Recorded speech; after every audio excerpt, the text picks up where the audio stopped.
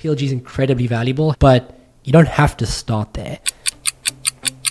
Jaryd is a director of product management at Backstage. He's a former founder, and he's the author of How They Grow. The companies that are doing PLG really, really well have very clear tips, but go really strong down the motion of how do you get into the product and discover the product and have all these pathways to monetization and flywheels. Something you created, Jaryd, that I have actually been using in my pieces since we did our collaboration was the PLG Iceberg. Can you walk us through the story of how you came up with the iceberg? I was trying to think what is like the right metaphor. And at the time I was actually watching Titanic. I'm a huge Titanic fan. I watch it about once a year. Every iceberg has this tip. In order to be an iceberg, you're going to see something from it, but it goes deeper and deeper. I think that even the big giants, the PLG giants, do this. So one example I want you guys to learn more about is Notion. I think Notion is probably the most bold PLG company out there, where it's just a truly blank canvas. When people ask me, hey, how can we deepen our repeatable value? For me, it's either Notion as a North Star on B2B side, or now we all know that growth funnels are quote unquote dead, right? Growth loops are in. Well, before Reforge coined growth loops, there were flywheels, and business writers have been writing about flywheels for decades. And flywheels are really the engine of any successful company. I think there's 4 primary kind of ways that you can have a flywheel in a PLG product. The one is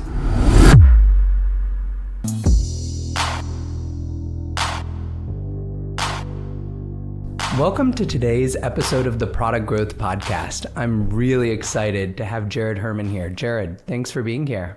I am very, very excited to be on your show. Huge newsletter fan, and this is going to be a lot of fun to talk about the iceberg.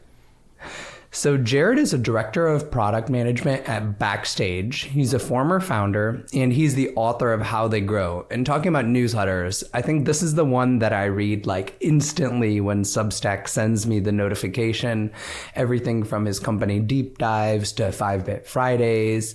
So we have collaborated on not just one, but 2 deep dives in the product growth newsletter for Miro and Klarna. And today we're going to synthesize and share our learnings doing so many company deep dives over the years. For my money, the 2 of us have done the most deep dives on product-led growth companies over the past 3 or 4 years. And so we're going to try to put this together into a masterclass on product-led growth for the 2 of you guys. And then we'll end with some hot topics in product management, because we have to talk about those on this podcast, and Jaryd has plenty of them. Of course. So let's get started. Something you created, Jaryd, that I have actually been using in my pieces since we did our collaboration was the PLG Iceberg. I believe you actually built this for your Canva deep dive, which makes sense since they're such a leading PLG company. But we used it in both of our deep dives. Both of us recently used it in deep dives on ADIO.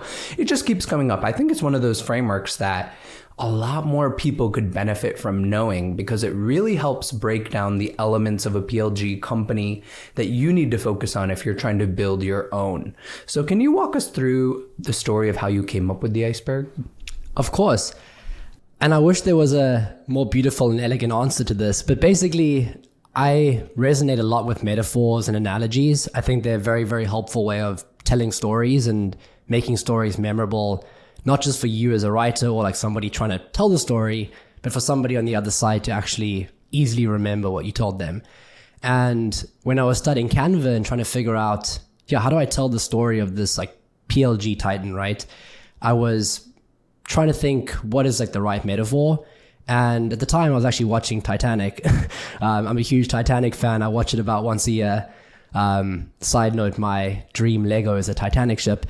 And I was just like getting into the weeds of icebergs and like ships. And I was like, this seems like it could be the right analogy here, because every iceberg has this tip. Like you know, in order to be an iceberg, you're going to see something from it, but it goes deeper and deeper. And ultimately the more like dangerous and formidable an iceberg is, the wider it is at the bottom and like the deeper it goes. But that stuff can be tricky to see. And ultimately the companies that are doing PLG really, really well have very clear tips, but go really strong down the motion of how do you get into the product and discover the product and have all these, pathways to monetization and flywheels. And I was like, this analogy seems to work here. And then people really resonated with the Canva one and managed to keep applying that. And yeah, this is the first masterclass on it. So great topic. Today's episode is brought to you by June, the customer analytics for product-focused teams. Are you not sure what users do in your SaaS? What features they use the most? Do you wish that you could know what each company does and use this information to generate incremental lift in revenue? June is the product analytics platform you need. It generates profiles for each of your customers that get you closer to your most important ones. It also connects your product data to your CRM so you can get a full view of your customers in one place, so you can engage with the right message at the right time. What makes June different is that it's made for B2B SaaS. It comes with account-level analyses, fast ways to look up your customers, and CRM integrations to share this information between your product, your success, and sales teams. And one line of code is all you need, and you're good to go. Sign up for a free trial today at june.so/Akash. That's june.so/AAKASH.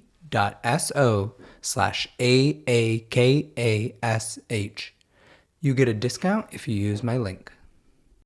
All right, so there are 7 layers to this iceberg. I'm going to flash those up on the screen. So a bit of a shout out if you want to watch this on YouTube.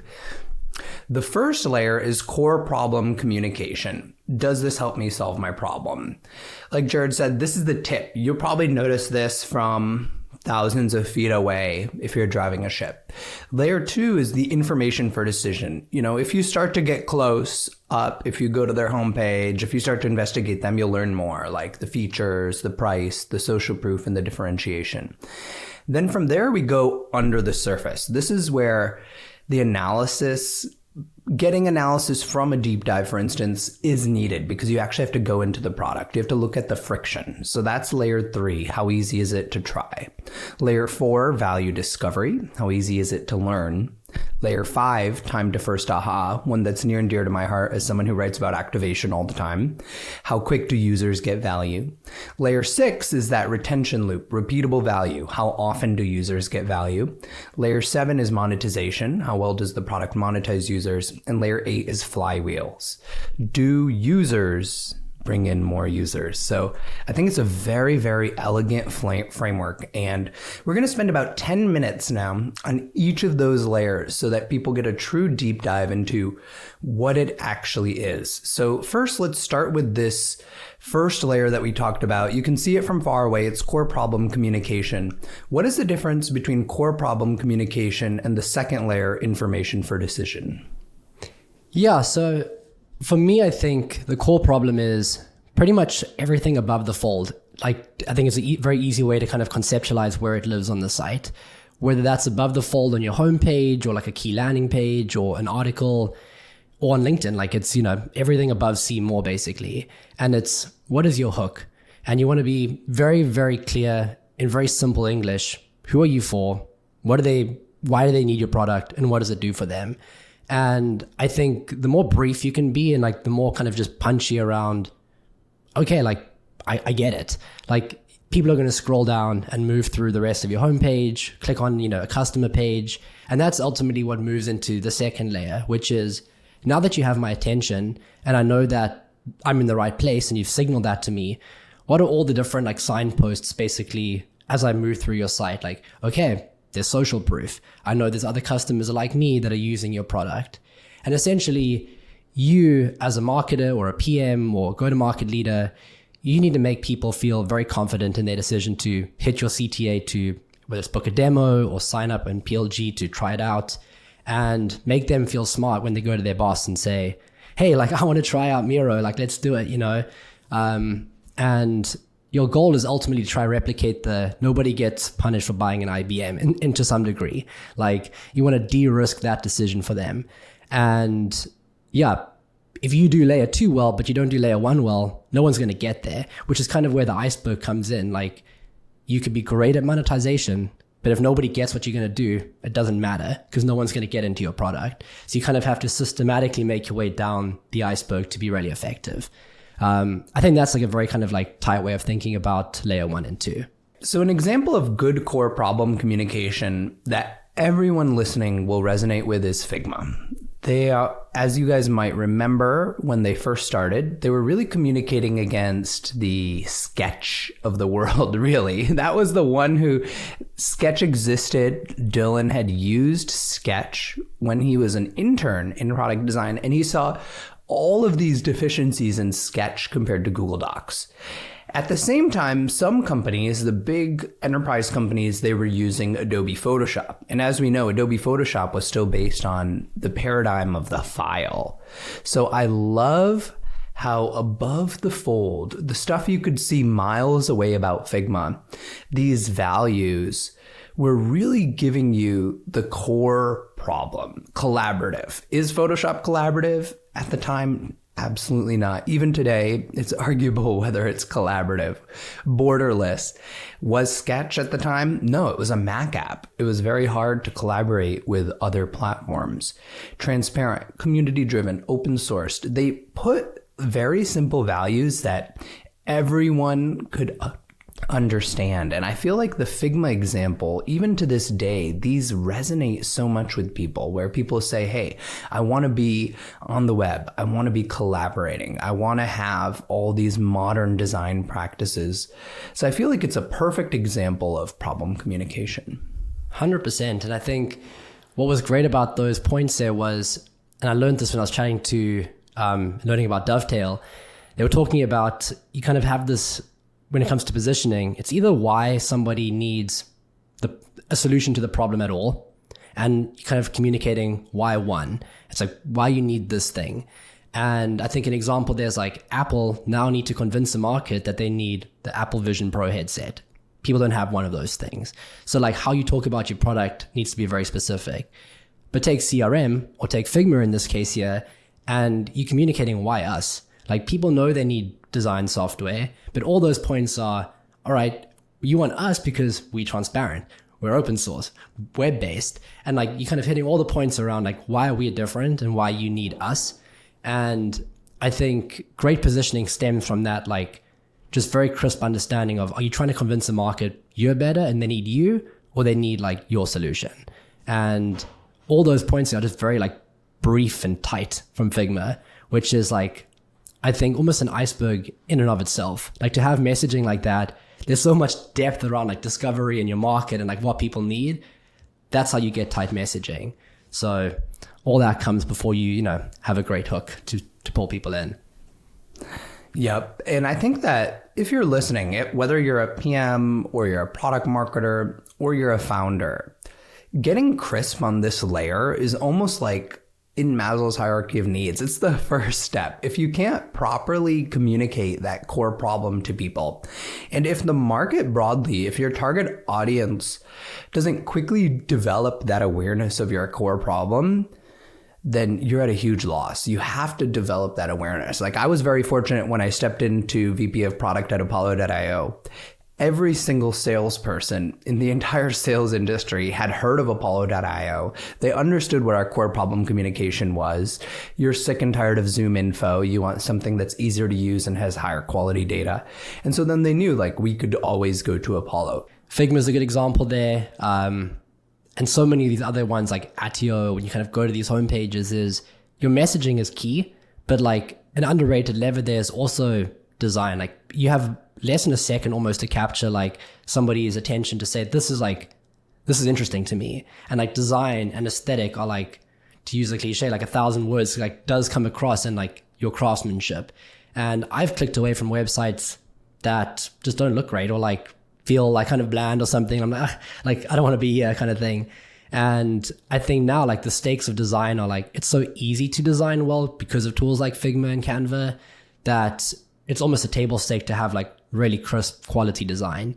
And it's all the subliminal cues that kind of play into that as well, It's why you use an emoji in your hook to kind of like capture some mood. So it's your messaging, but your design, and that top design is like really, really important too, I think. And the second year, like layer, yeah, I mean, it's again kind of touching on the how do I feel smart to my boss when I go and say, let's try out Figma? How do you de-risk that decision for people? And like a good example is like Attio, right? I think we've both spoken about them, and they're playing in the why us space. And I'll pull up their site and we can kind of take a look at a few things here, which I think they're doing really, really well. So I think the one thing that like, this is, now we're above the fold. So basically, just for context, this is all like your layer one stuff. And one thing that I actually really enjoyed, which is kind of goes to the subliminal messaging here, is customer relationship magic. And they're kind of playing on this like CRM in a way, which is like very subtle, but like I kind of picked up on it and like I really enjoyed that. And also like in this kind of differentiating hook here is their main message around like powerful, flexible, data-driven. So Attio is going up against Salesforce, like that's kind of their main competitor. And that's where they kind of like compete from like the incumbent side of the market. But on the other end of the market, you have these kind of like challenger CRMs.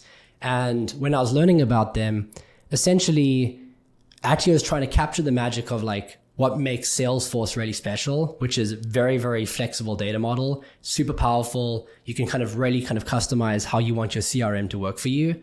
And that's what hooks people into Salesforce. But the downside with Salesforce is it's not easy to use.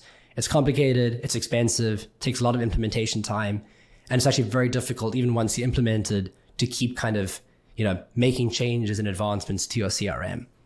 And on the other side of the market, where the challenges fail, is they are easy to use, but they haven't invested in the data model. They're not flexible, and you kind of really hit a ceiling with how much you can scale.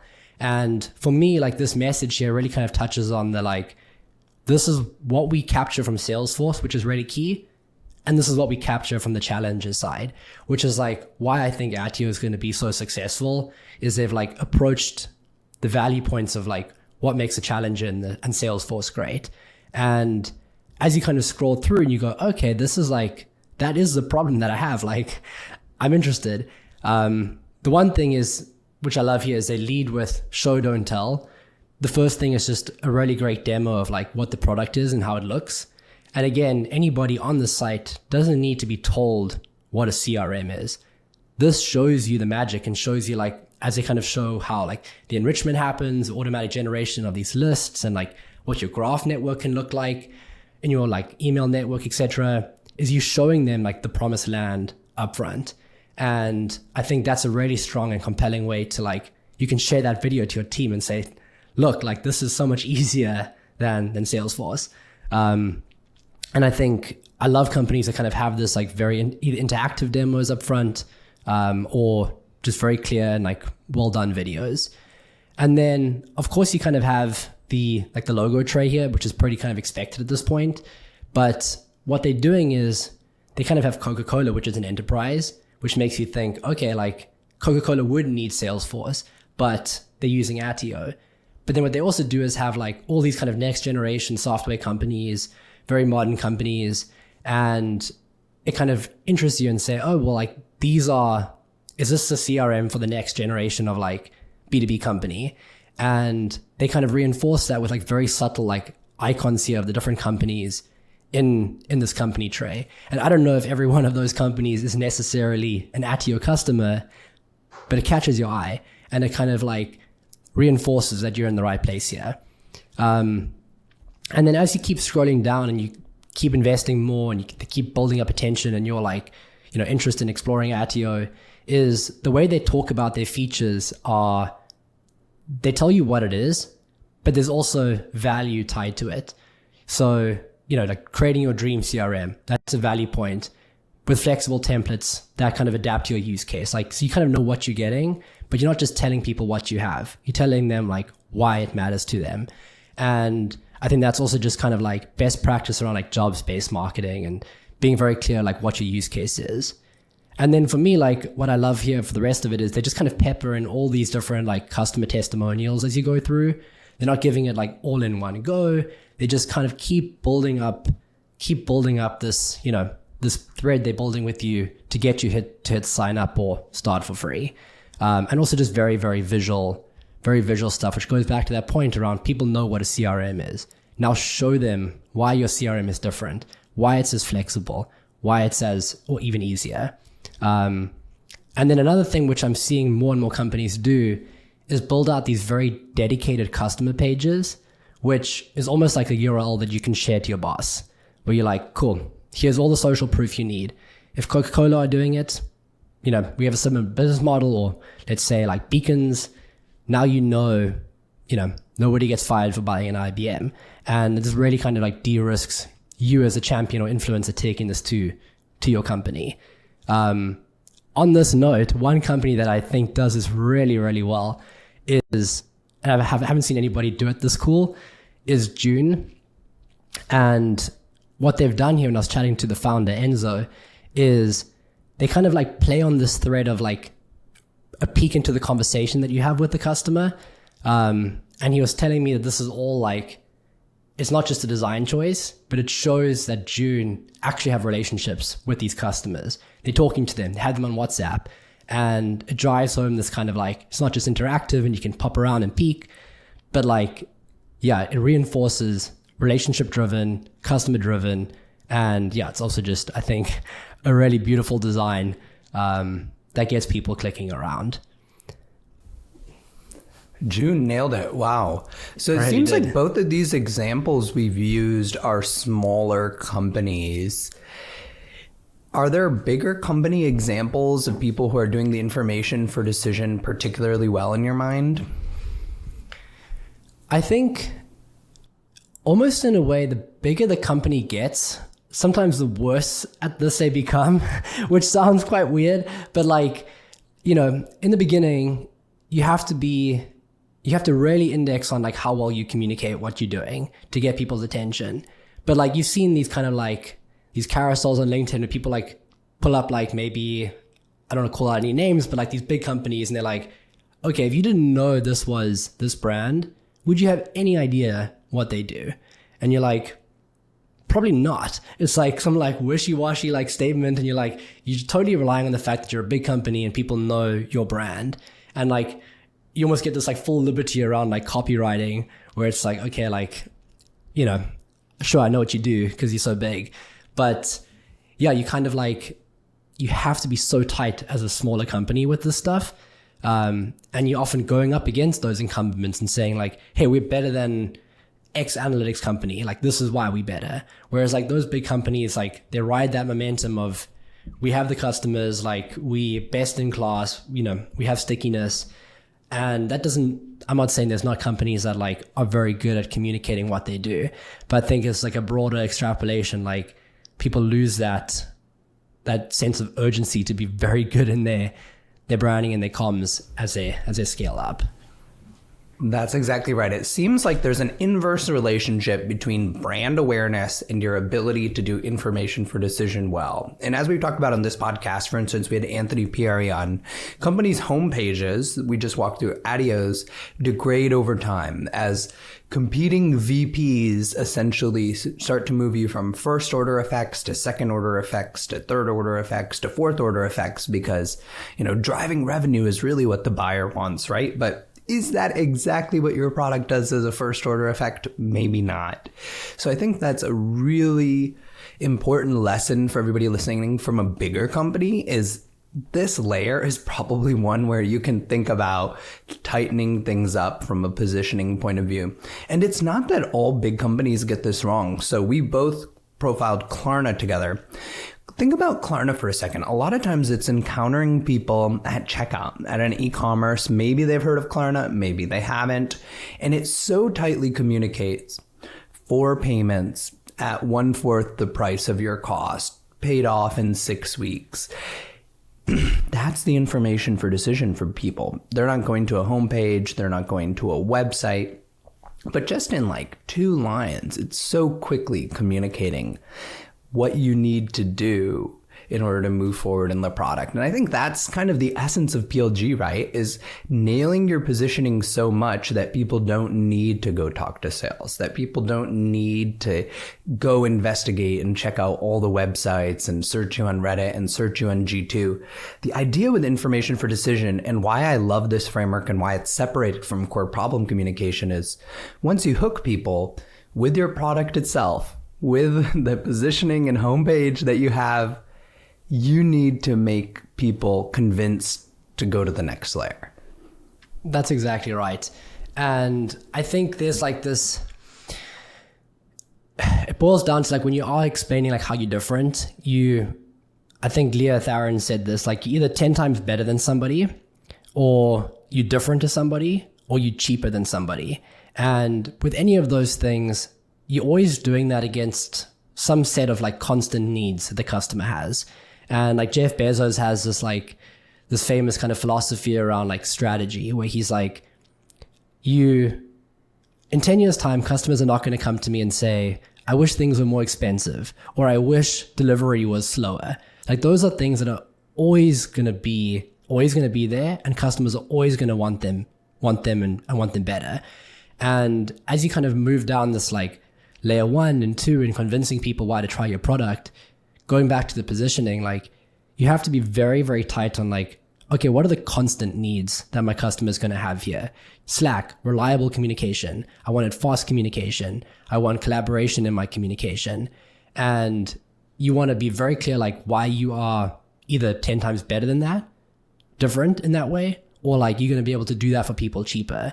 And yeah, if you tight around like that for a very specific person and type of persona, like I think you can be very, very successful in your getting people to sign up and hit try, which goes to the friction part, right? Which is like, now that you've got someone's attention and Akash says, cool, let me try, in PLG, start a trial. Where do you, and for me, this layer is kind of all about like between the homepage and between the like, now I'm learning about your product, right? And it's that like, it's onboarding, but people often think like onboarding is like just that part, like getting people into the product. Obviously onboarding goes like far beyond that, which is kind of where we get into like value discovery and aha moments. But friction is just like, what is your sign up process? Like, do you have healthy friction? Do you have bad friction?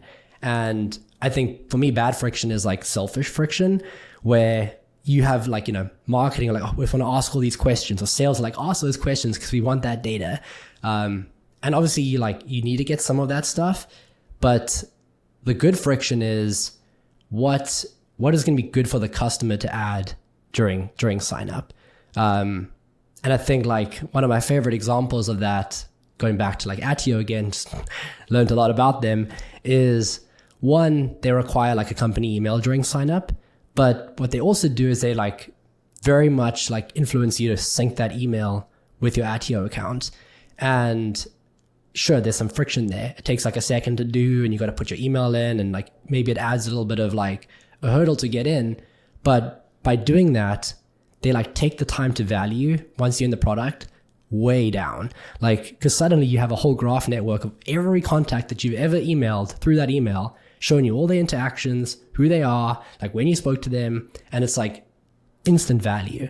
And I think like that's for me a big part of like what your friction and your sign up is get obviously qualified people in, make sure disqualified people like aren't coming in, but for those qualified people, the stuff you ask them makes the time to value so much faster for them inside. And a huge shout out to Elena Verna, who I think has done a really good job raising the awareness for folks that you don't always need to remove friction. Why this layer is a separate layer is because it's about that Goldilocks level of friction. You want to introduce enough so that you enable the layers we're about to talk about, value discovery and time to first aha. And so what I love about that Attio example, and I face this too, I'm a solopreneur, so I didn't have a work email, so I couldn't log into Attio. So I had to create like a work email, a non-Gmail, and then I had to give them access. Like it was kind of like, oh, they're going to now have access to my Rolodex. So there was some serious friction there, but that friction was necessary and important. Necessary for them because they don't want a bunch of personal email addresses. Attio is actually a pretty expensive product just for them to maintain. They can't have free users who have no potential for going paid. So they're weeding out some people out of their core audience, and they're creating this additional friction of like, share all your email data with us.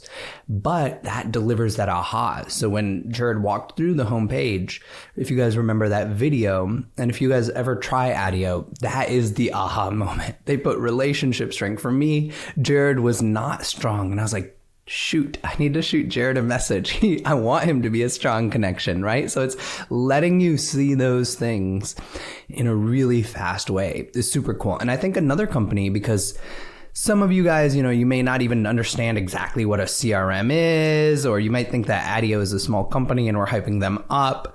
I think that even the big giants, the PLG giants, do this well. So one example I want you guys to learn more about is Notion.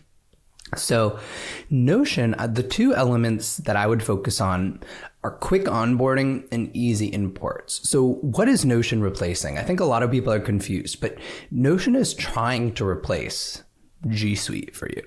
So they're trying to replace your Google Docs. They're trying to replace your Google spreadsheets, a lot of the collaboration communication, even part of your emails and your Slack messages. They want that all to come into Notion. So they're not going to just immediately plop you into the product, but they're going to plop you in pretty darn fast. So what do they ask? How are you using it? So this is going to give them a lot of relevant information, because if you're using it for your team, they need to make sure that you're inviting your team members, that they potentially put you on the type of plan that has enough team member functionality, or for personal use or for school. Maybe for school, they'll give you a huge discount. And then that's pretty much it. That's all the input they needed. And then they drop you into this getting started page, which gets you immediately interacting with the product. So there is a little bit of friction then, because you're like, oh, I'm being dropped into a new product. But they start to resolve that by giving you the walkthrough. You walk through, you click OK, and you go through your team space. You click a couple steps where they have these windows popping up, and that's it. You're dropped into a blank canvas. And I think Notion is probably the most bold PLG company out there, where it's just a truly blank canvas. And then you're like, well, what do I do, right? I'm trying to replace my Google Docs or my Asana or my Confluence. So they allow you to very quickly, easily import that. And I think integrations, like as a product leader, you might think like, oh yeah, this is obvious, like we need it. But I think in the context of friction, in the context of the PLG motion, it's actually one of the most important product features that you have. And so I love the Notion example. Whenever people ask me, what's a good level of friction? I'm like, are you Notion level of friction? Yep. I mean, I think the case there is simplicity like wins by and large, like all the time. Like just be simple. Like people often overthink it and they're like, okay, we need another step here. We need to add this. Like the cleaner the path is, and like Notion got there through a ton of testing. So like copy them. This is not really like where you need to differentiate in your product, is like the onboarding and the sign up and the friction. Like people that are best in class, that have more money than you, more time and expertise, have spent like a ton of time testing this stuff. So like leverage that as best as you can. And another point that you kind of showed there in like in Notion, and you see the same thing in like Miro and like these platforms that kind of service different use cases, is probably like one of the most important questions you can ask is kind of like capturing some intent about who that person is and like what they're trying to do with your product. Because as you move into value discovery and as you move into the rest of the layers, like one, it enables your sales team, if you have one, to qualify them and sell in a certain way. But from the PLG perspective, like you can truncate all your like communication, all your like nudges, very focused on like that persona. If you don't capture that, like then you're kind of giving everybody everything, and yeah, it becomes like almost a hose fire of value trying to communicate. And yeah, you cannot be everything to everyone, or at least communicate everything to everyone at the same time. And yeah, don't be shy, like turning away bad customers. A different example, I don't know if people might know Rose. I'm actually not too familiar with like Rose as a platform, but I remember reading this like case study on them trying to like kind of, their goal was to get more customers. Obviously, who doesn't want more customers? So what they did was they kind of removed this friction that they had like during sign up, which was connecting or like importing a CSV or upload like a Google sheet basically where you had your data. And there was friction in doing that. Obviously, you have to download it, to go check the stuff, make sure it uploads, etc. So they were like, let's just remove that and get people into the product. They can poke around and, you know, they'll upload their sheet when they're ready. And when they did that, like they saw, great, top of funnel, everybody came in, but like their conversion rate went way down, their retention went way down. And they were like, well, it's not about just getting more people in, like making sure people do that upload. Same example of Attio, like you just see value straight away. So it's like in that onboarding, kind of ask yourself, what's like one thing that you could do before somebody gets in the product that's going to make it 2x, 3x faster for them to like get what they're expecting and what they came for. And it goes back to like, if somebody's not willing to like upload a CSV, maybe they will later, sure. But like, maybe they're not the right customer for you then, like they don't really need and want it. And the earlier you are, the more important it is to get, I think, the people who really want and need your product, because that's who you want to learn from the most. 100%. And a type of friction that both of us have in our businesses is we're hosted on Substack. And you might notice that you need a credit card to get access to our paid content. That's another sort of friction decision that I hope people think really carefully about. Like there used to be a trend maybe like 5 years ago, no friction, no credit card. And we'll walk through some examples of some PLG companies that still are no credit card. But these days, especially if you have an expensive product or you have a product that's easily pirated, like our content, it can often make sense to require that credit card. So we're not saying eliminate friction with this layer. We're saying think about friction strategically in your PLG motion and maybe even test some of these areas of friction, turn them on and off, get an example from one of these giants, but then customize it to your situation. All right, so this moves us into value discovery, which I think some people might actually confuse with the prior layer or the next layer. So can you help us just clearly develop a mental model of what's happening in this layer? Sure. So friction is entering the promised land. Value discovery is all about kind of seeing the promised land. And then time to value is, or time to aha is actually feeling the promised land. And the way I kind of think about it is like, let's say you're invited to a party and when you get there, and let's say it's an exclusive party, I don't party that much, so maybe it's not the best metaphor, but I'm a metaphor guy. So you get to the party and the friction is, what's the queue? Like, is there a bouncer? Like, are there like, you know, are there signs outside saying, hey, you're in the right place? Like, this is what you're going to do. Like, what's the experience when you kind of check in and hand your ticket over? That's kind of entering the promised land. Then value discovery is you walk in and you go, oh, cool, the bar's over there, like the restroom's on that side, like the music is great, like, oh, like I'm in the right place, like this is, I want to be here, I feel good about this. And then your time to value is like, now that you've sat down, does somebody come to the table and go like, oh gosh, like welcome to the party, like what's your favorite drink, like your DJ's coming on that you're like expecting in like 5 minutes perfectly on time, and you go, ah, like this is perfect, this is exactly what I came here for. And I think like your job as a product manager or, you know, product marketer is like, how do you host a really, really good party? And like friction is getting the right people in. And then, yeah, discovery is like showing people around the product and like making them feel comfortable that like with the UI, making them understand like, how do I go to like get what I need? Like, and that's kind of this onboarding post sign up. And I think like onboarding is almost a never ending kind of experience. Like, it's not like, hey, we have 10 steps and it stops here. It's always about making sure people are like being nudged in the right direction for what they need from your product. And like you kind of showing them the expectations can be met.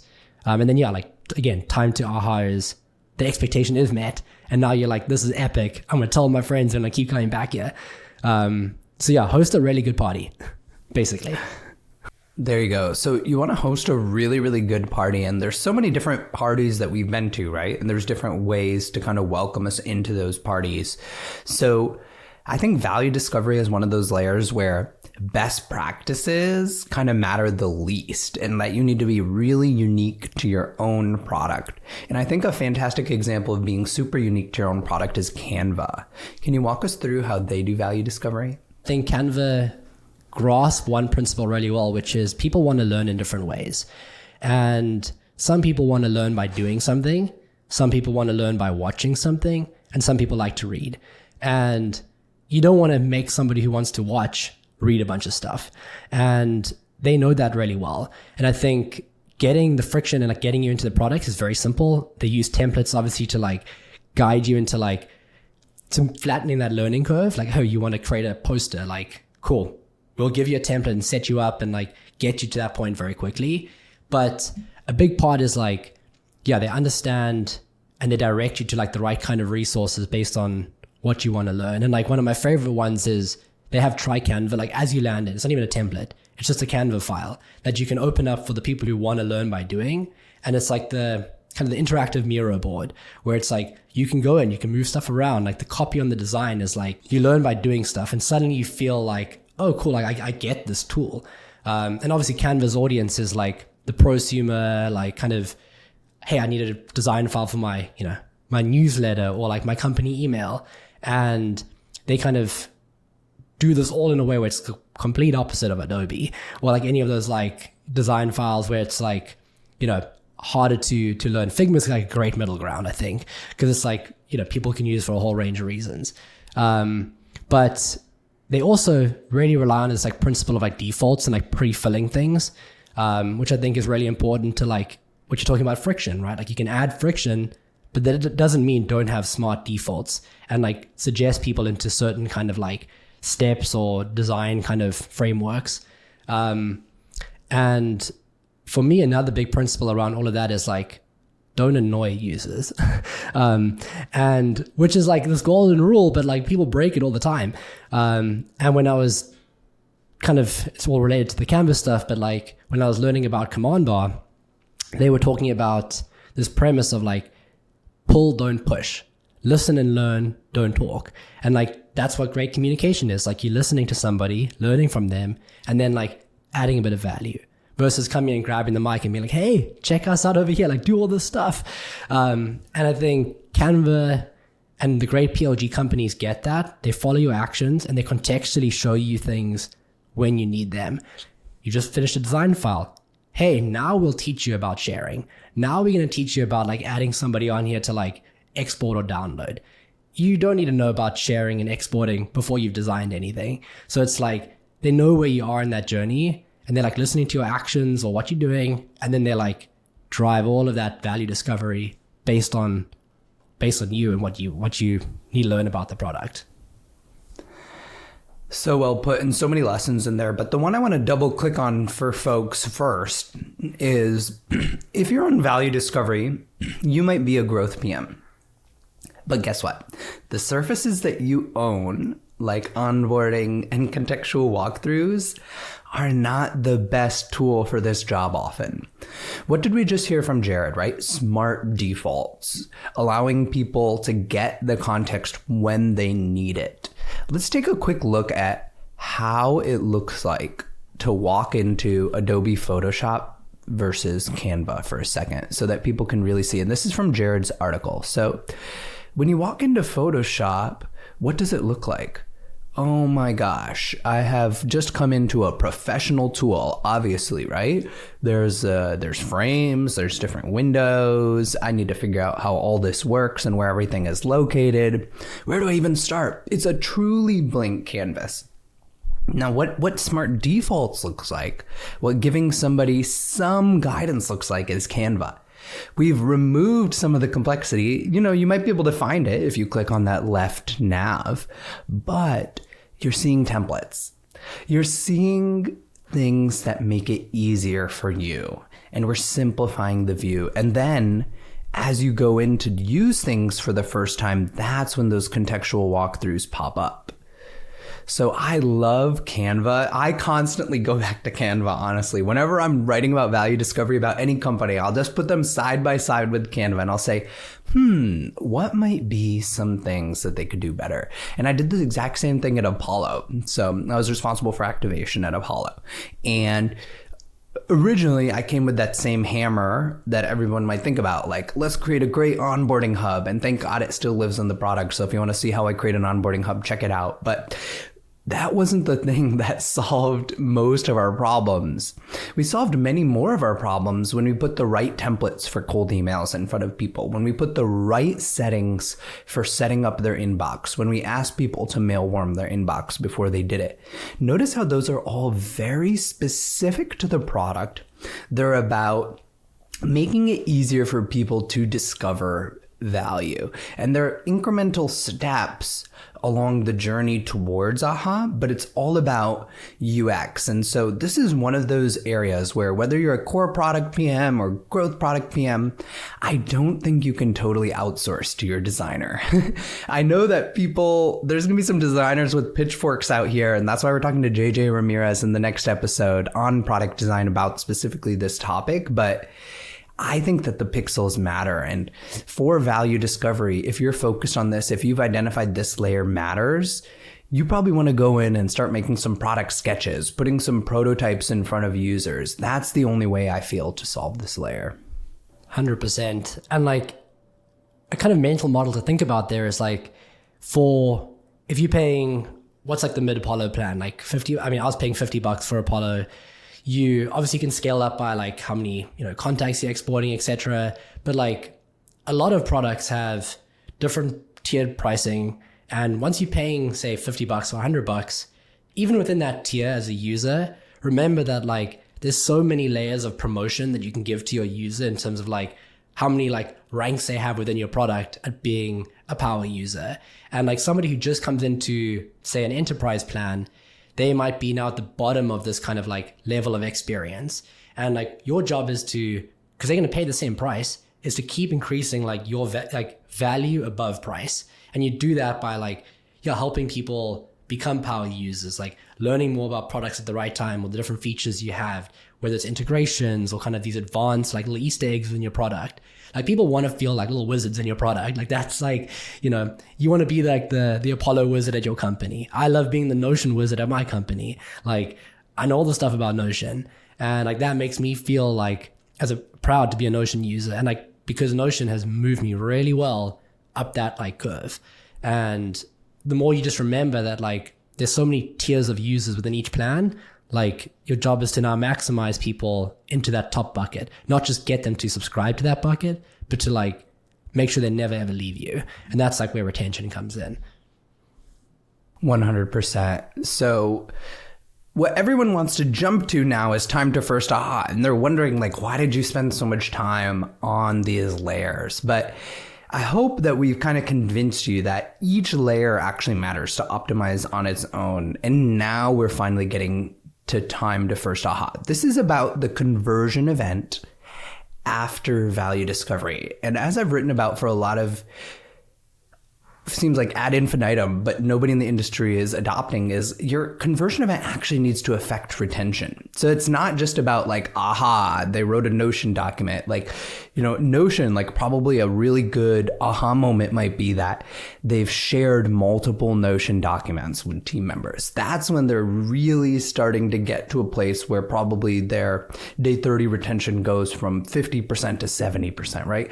So you want those huge jumps to be driven. So time to first AHA is really about that event after value discovery. 100%. And I think you are by far like the expert in this area.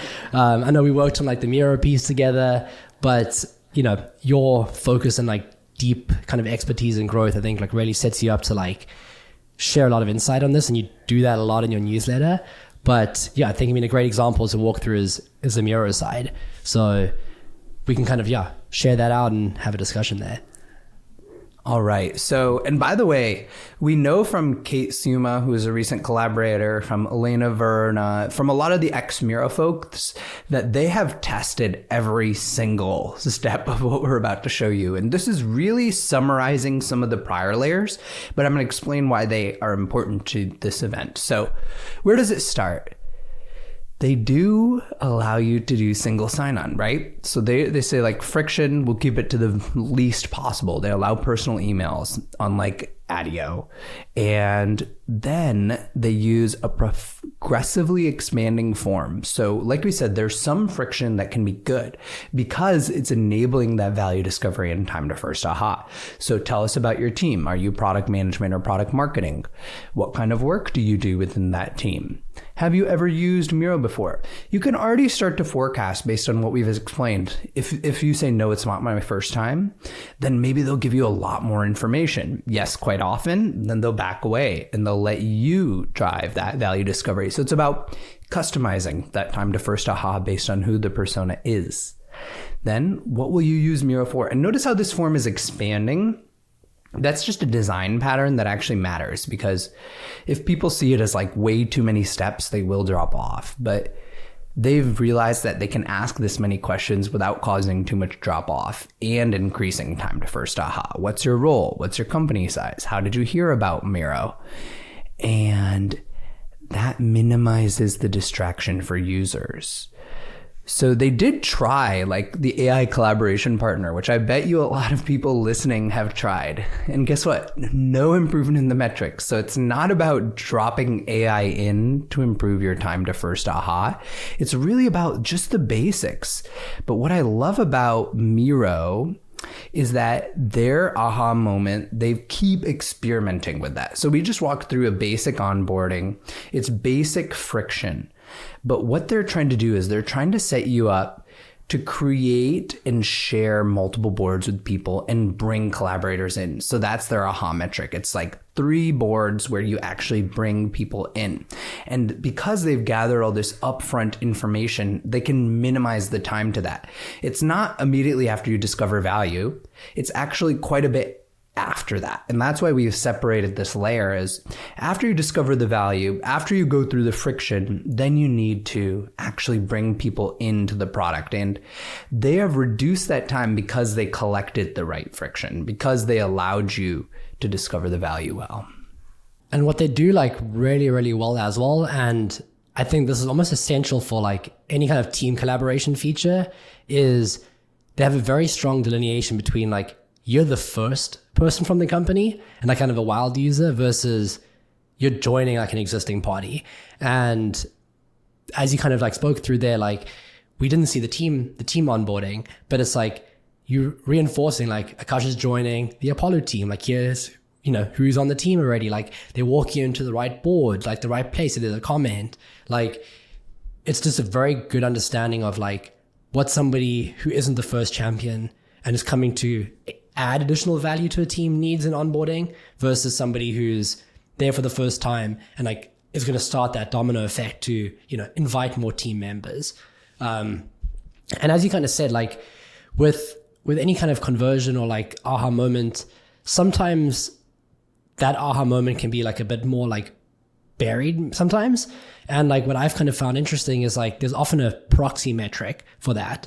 So for instance, like at Backstage, the aha moment is you've got your first job and you want to celebrate that with the user, right? Like a lot of people forget that, like when somebody hits that moment, make them feel awesome about it. Like, and that doesn't just mean like confetti on a screen or whatever, but it's like, what do you want them to feel at that moment that's going to reinforce that habit, which ultimately kind of goes into like habitual usage.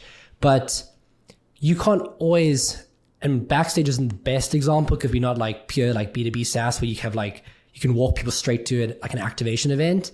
But for us, that like aha moment, which is kind of a proxy, is like, have you applied for 3 jobs? And we know that like once you do that, even if you don't get a job in the first week, 2 weeks, month, your engagement and like your likelihood of like sticking around is so much higher. And what we can optimize for, like we have a lot of control over that. We can drive recommendations of jobs. We can drive like messaging if you haven't applied for your first job. We can help you with your application for your first job. And like, that's our goal. Get you to submit 3 applications because we know like you're going to retain as a subscriber for a long time if you do that. So it's basically a point of you can have proxy metrics the same way like it's very hard to measure retention.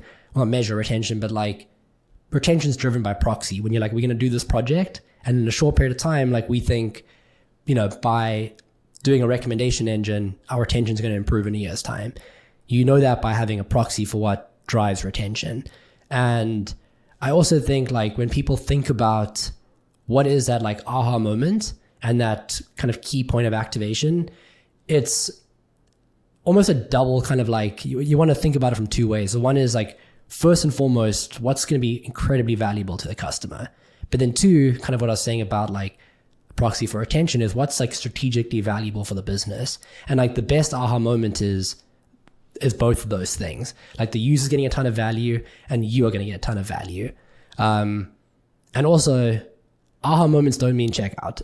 I think a lot of people think, like that's like the activation event. They paid us. Like, sure, that's incredibly important, like how you monetize them, but that's not the aha moment. The aha moment is like when you shake their hand and like deliver on the value that they saw on your homepage and your copy, like why they chose to use you. And I think when I was chatting to James from Command Bar, he was talking about like product market fit and how do you know if you have it. And like one thing he said was like how consistently like one pool of customer is like hitting the same like and agreeing with your aha moment. Like if people are finding all different value for different reasons, you might be really good at sales and really good at marketing, but you don't have product market fit yet. So it's like how frequently is your dart hitting the dartboard of the right value for the right person? Then you have really good product market fit. And then you're in a great place to like keep repeating that and monetizing and having flywheels. Yes, and I think a lot of companies, they're going to skip to those lower layers a little too soon. Like, notice how many layers we had just on that initial experience. Friction, discovering value, time to first aha. And you kind of do need to progress through those in that sequential way. Otherwise, you're setting yourself up for failure. So I almost think about it again like the Maslow's hierarchy of needs. If you haven't nailed discovering value, it's going to be very hard for you to optimize time to first aha or make some of those trade-offs. So try to do this in kind of that sequential fashion. But rest assured, like there is not a single product leader out there who will disagree with you that reducing time to first aha won't improve your metrics dramatically. There is no metric that is probably more leveraged than this one. So it's definitely worth paying attention to. Absolutely. And then obviously what comes next is how good are you at making that happen again? Somebody comes into your Apollo. I don't know exactly what your guys like North Star activation event was, but it's like probably like getting some sequence sent out and like obviously like a magical moment is like, wow, like a lead is converting or something. But I mean like, how do you basically land and expand people from like one aha moment, one to either the same aha moment again. So like I got another job, or like kind of the adjacent aha moments where like you kind of move from the core and it's like, maybe you've, like at Backstage, you've like read a really interesting article and you've shared that and like, okay, this content is helping me become a better writer or a better actor. And it's kind of how do you keep moving people through different use cases within your product? And for me, like a good example is I think the best PLG products have low floors and high ceilings. It's simple for simple users, but like there's so much you can do for advanced people. And, one example is like there's Notion, there's Attio, and not to plug like keep plugging Attio here, but like they do a really good job with like they have integrations, there's an ecosystem around it, they have these advanced plays, and like you can just keep extracting more and more value from their product, and they know like when to push you towards like, hey, like now's a good time for integration. And of course there's like multiplayer use as well. Like let's say you come in and you have an aha moment as a single player, which for anyone listening that's not familiar, like single player is me, myself, and I will enjoy this product until the end of time. And I don't need anybody else here to get value from it. It's not a social network. It's not a team tool. Like it's a to-do list kind of thing. And then there's multiplayer, which is like, whoa, this is like epic when there's other people working with me in this. And that's the case for Attio too. Like the more team members you have connected, the richer like this whole email network is going to be within your CRM. And you have this whole picture of like all the interactions you've had. And that's repeatable value. Like that's going to keep you coming back. And I don't think if you're not able to drive that repeated value, then it's just going to, reflect and churn. And that's going to be a huge bottleneck that's going to stop, all the other layers from being successful below it. And obviously a great example is Notion. And you've chatted through Notion a few times. So like, do you want to kind of run through like your take on how Notion drives repeatable value? Because I think they do it so bloody well.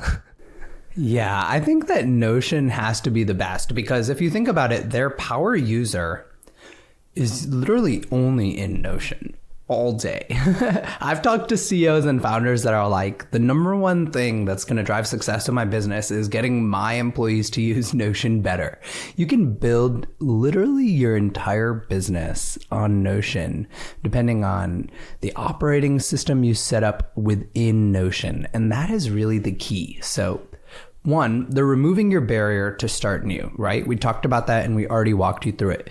But two, you can extend that into a full operating system. Here's an example of a company who's done so. They have their planning in there. They have their objectives in there. They have their playbook. They have their Q&A. And you can build that all out beautifully in the left nav. That's exactly what the product growth team is doing, by the way. We've recently expanded to 4 team members.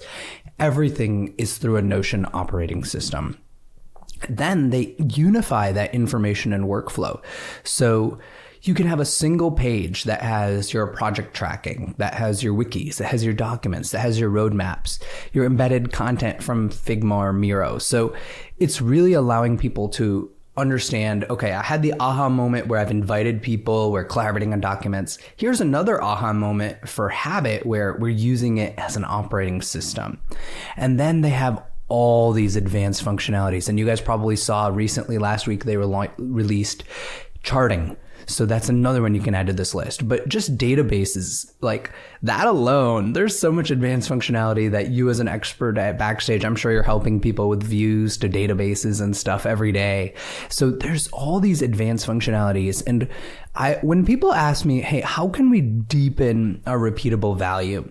For me, it's either Notion as a North Star on B2B side, or it's Fortnite as a North Star on B2C side.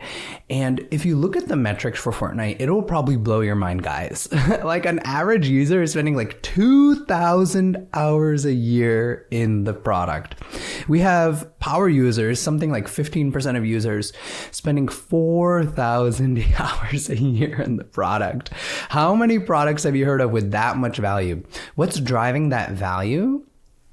That learning curve that Jaryd talked about. There's basically an infinite learning curve on Fortnite.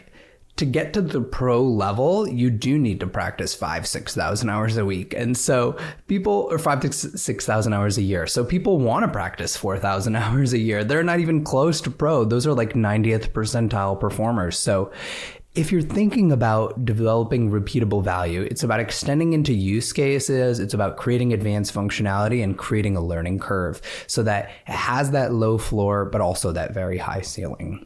This episode is brought to you by Addio, the next generation CRM. Imagine a world where your CRM is powerful, easily configured, and actually intuitive. Addio makes that a reality.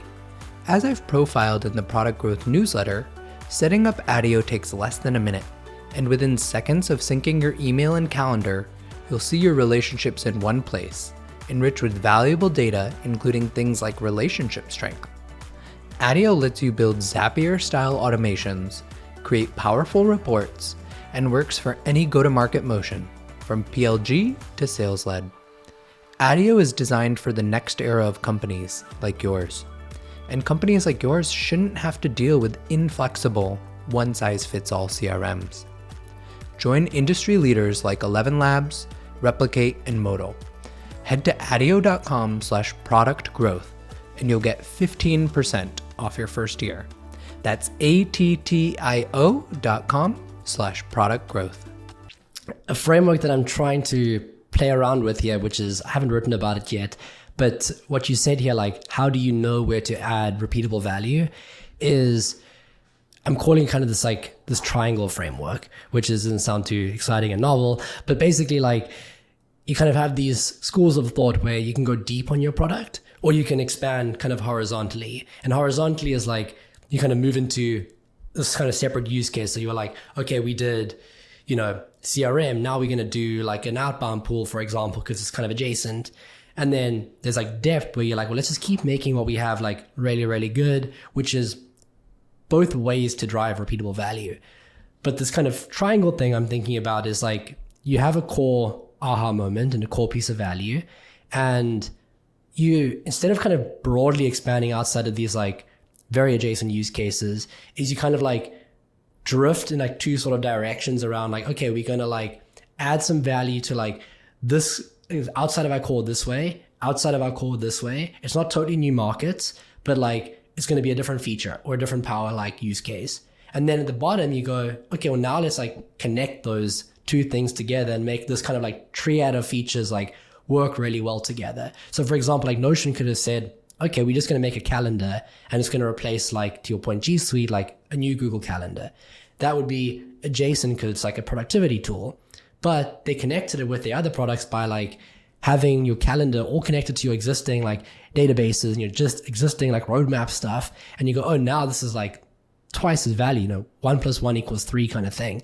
And I think if you kind of like try structure out like what are the very like adjacent cases to what we have, it could be customer feedback, whatever, and then like glue those together in like a kind of interesting way that adds extra value. Like you just keep stacking these triangles together and like you're going to have this whole like ecosystem of different value points. And if you're very good at delivering value one time or multiple times, then, that boils down to monetization. And that's kind of where like all the value capture happens. Money, baby. If you're great at delivering value, but you don't know how to, capture any of it for yourself, then, one-way trip to why they died series. But that's obviously something that you've led at multiple companies. So would love to, I think, have you explain like your take on monetization and like where you see it fitting into this little iceberg. So we've put monetization towards the end of the iceberg intentionally, even though it can come up pretty early, right? We talked about monetization friction in the form of whether you have a credit card, whether you have a free trial, whether you have a freemium plan. So it does come up, but in my experience, you need to get all of the other stuff right before you start heavily experimenting in monetization. So it's never been the case that I've been a core product leader somewhere and retention isn't working and we start just heavily investing in monetization to fix it. Like you need to get the core right. You need to get people signing up, you need to get people to AHA, you need to get people retained. At that point, then you want to start experimenting more with monetization. And monetization can be a lever for some of those things, especially when we get to reverse trials, because reverse trials often do increase retention, but it's not going to solve a problem for you. Retention is all about you capturing value once you have solved a problem for users. And so I think that what people should think about is how do I use monetization in order to align value metrics with things that are useful for the user and the business. And somebody that is doing that much better than the newsletter platform we're on, Substack, is Beehive. And yes. I think I've read your deep dive on Beehive like 4 times because I'm constantly like, am I going to move over? So me too. I keep hearing about like these features that they keep shipping. I'm like, Substack is like sleeping on like what I think are just really key table stake features for growth, like email sequencing and all of that stuff. But yes, like I think Beehive is a really, really good example of this. And a kind of framework that I sometimes think about, or metaphor again, is like when it comes to pricing, it's like kind of burgers and shakes, right? And like I don't think I came up with this. Like maybe it's an inspiration from a different like framework, and I wish I could credit the right person for it. But burgers are the main reason people are going to come to your product. Dropbox, it's file storage. Attio, like you need, connected emails and seats and stuff. It's like, what is like the main like thing that you can kind of price against? And then shakes are kind of these like premium features or that kind of boost the core value, right? It's not the value in and of itself as to why people sign up, but like it turns those people into power users or like really enhances kind of the main reason people come to your product. And those are often like the boosts, the right way to kind of upgrade people and get people to like become a paying subscriber. And then obviously your burgers and shakes need to work together really well to create like one happy meal, where like you're able to drive conversions and expansion, and like they work together very, very well. And for Beehive, I think I love the structure that they have with like how Tyler, he worked at Morning Brew, and how he kind of thinks about the newsletter landscape, which is like you have writing and content. Like you just need to be able to write a newsletter and send that out. Then if you're doing that, it's almost like they own a little iceberg. Like now you have growth. How do you grow your subscribers and like get more people reading your work? And then ultimately, how do you monetize as a writer using Beehive?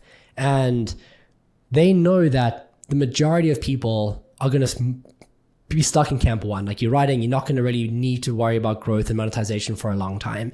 And they give that away very like generously for free. That's how they capture like the entire bottom part of their market, where they're like, cool, you can come up and write a newsletter, send it out for free, and you're going to pay nothing. And for most people, like that's kind of like being able to experience what it's like to write a newsletter, get stuck in the Beehive platform. And the more you grow the newsletter, or if you're new and you want to like do custom design, or you really kind of want to like, inch out extra value from the product, or use boosts, which is like the advertising network, or make money through ads, or any turn on paid subscriptions, like those are all the shakes within the product that become very like compelling paywalls, where you're like, when somebody clicks on that, and I was chatting to Tyler about this when I was doing the Beehive deep dive, that when somebody goes through to upgrade there versus like straight up like taking out the paid plan up front, the retention is so much better, because like they've used the free product and like they've kind of hit like a ceiling of like, okay, like I need more, I've got more readers, or I want to like grow now or make money from it. Once they become a Beehive subscriber, like they don't churn. And I think that's just like a really good balance of like the burgers and the shakes that they have. And that free plan is free for life. Like you don't like, there's no limit on that. They don't stop you. Unless you kind of get to the point of like, yeah, you've become very successful on Beehive. What they do though, is they also give you this kind of reverse trial, which you mentioned, which for anyone kind of listening that's not familiar, like you have freemium, obviously, which is free forever. You can have Canva, the Beehive we just mentioned. Then you have a free trial, which is you come in, you can use the product, you get all the premium features, but then after 7 days or 14 days, you kind of capped and you can't do anything until you upgrade. And this kind of blend of the reverse trial is, we'll give you the trial, you experience the full scope of the magic, you can design the newsletter however you want, try out an ad, and then after 14 days, you go back to the freemium.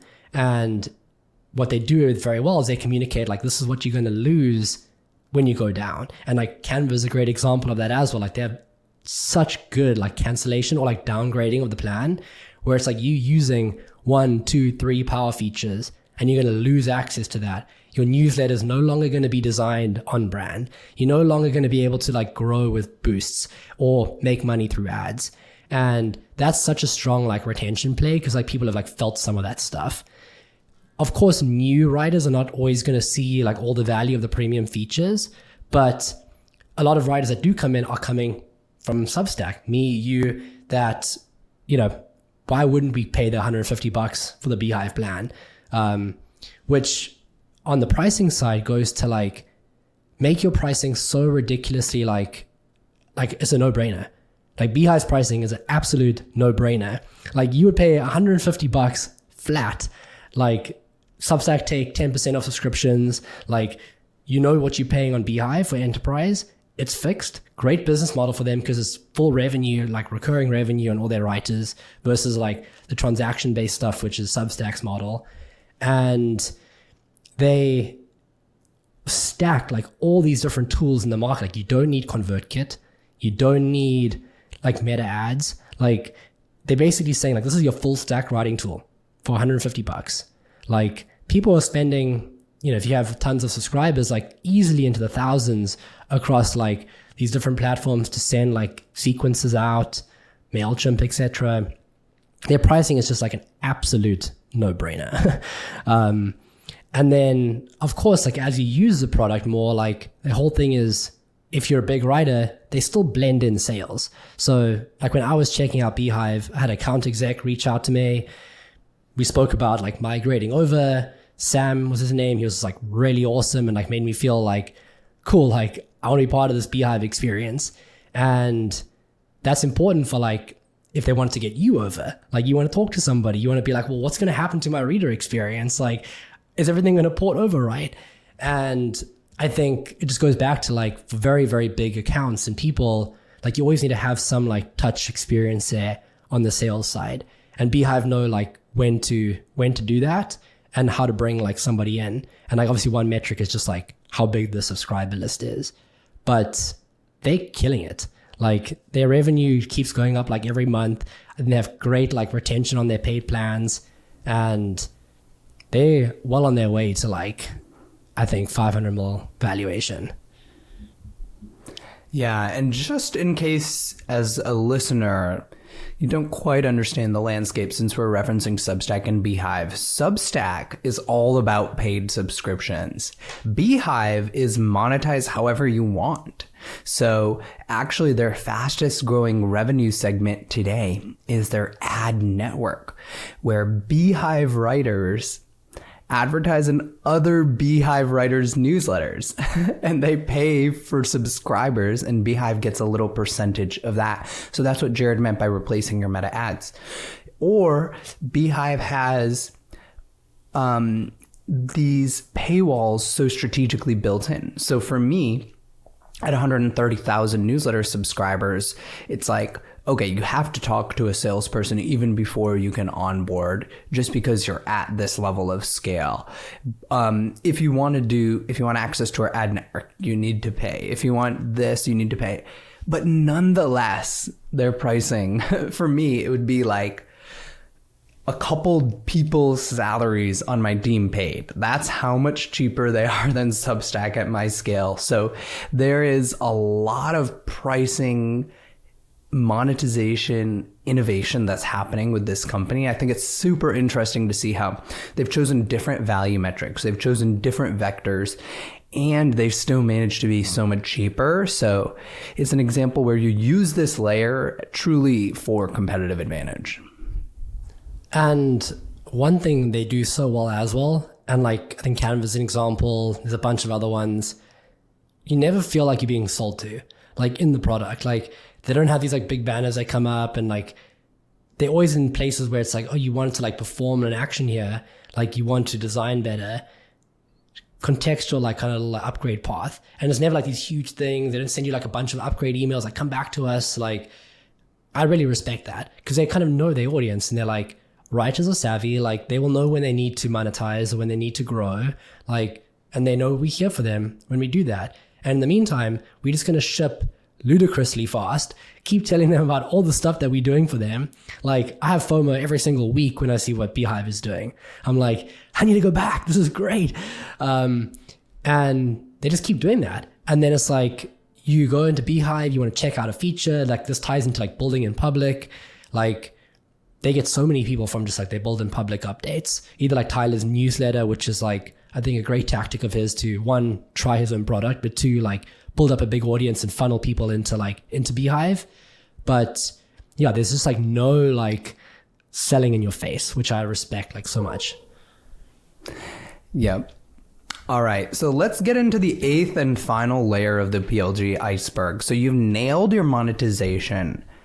Now, we all know that growth funnels are quote unquote dead, right? Growth loops are in. Well, before Reforge coined growth loops, there were flywheels, and business writers have been writing about flywheels for decades.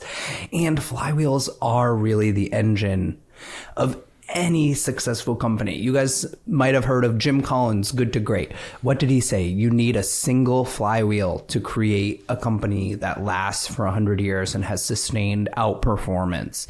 And this is especially true if you're pursuing the PLG model.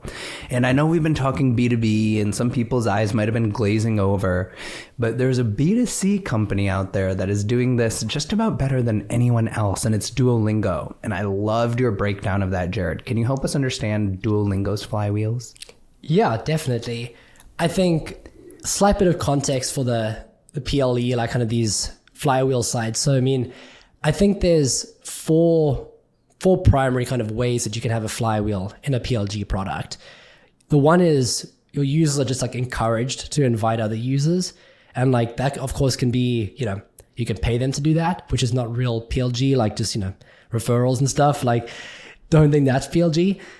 The other one is like users are naturally going to invite other people into your product. So like, Zoom, sending you the link, like you've invited me to like Riverside to chat, like I get a link to Riverside.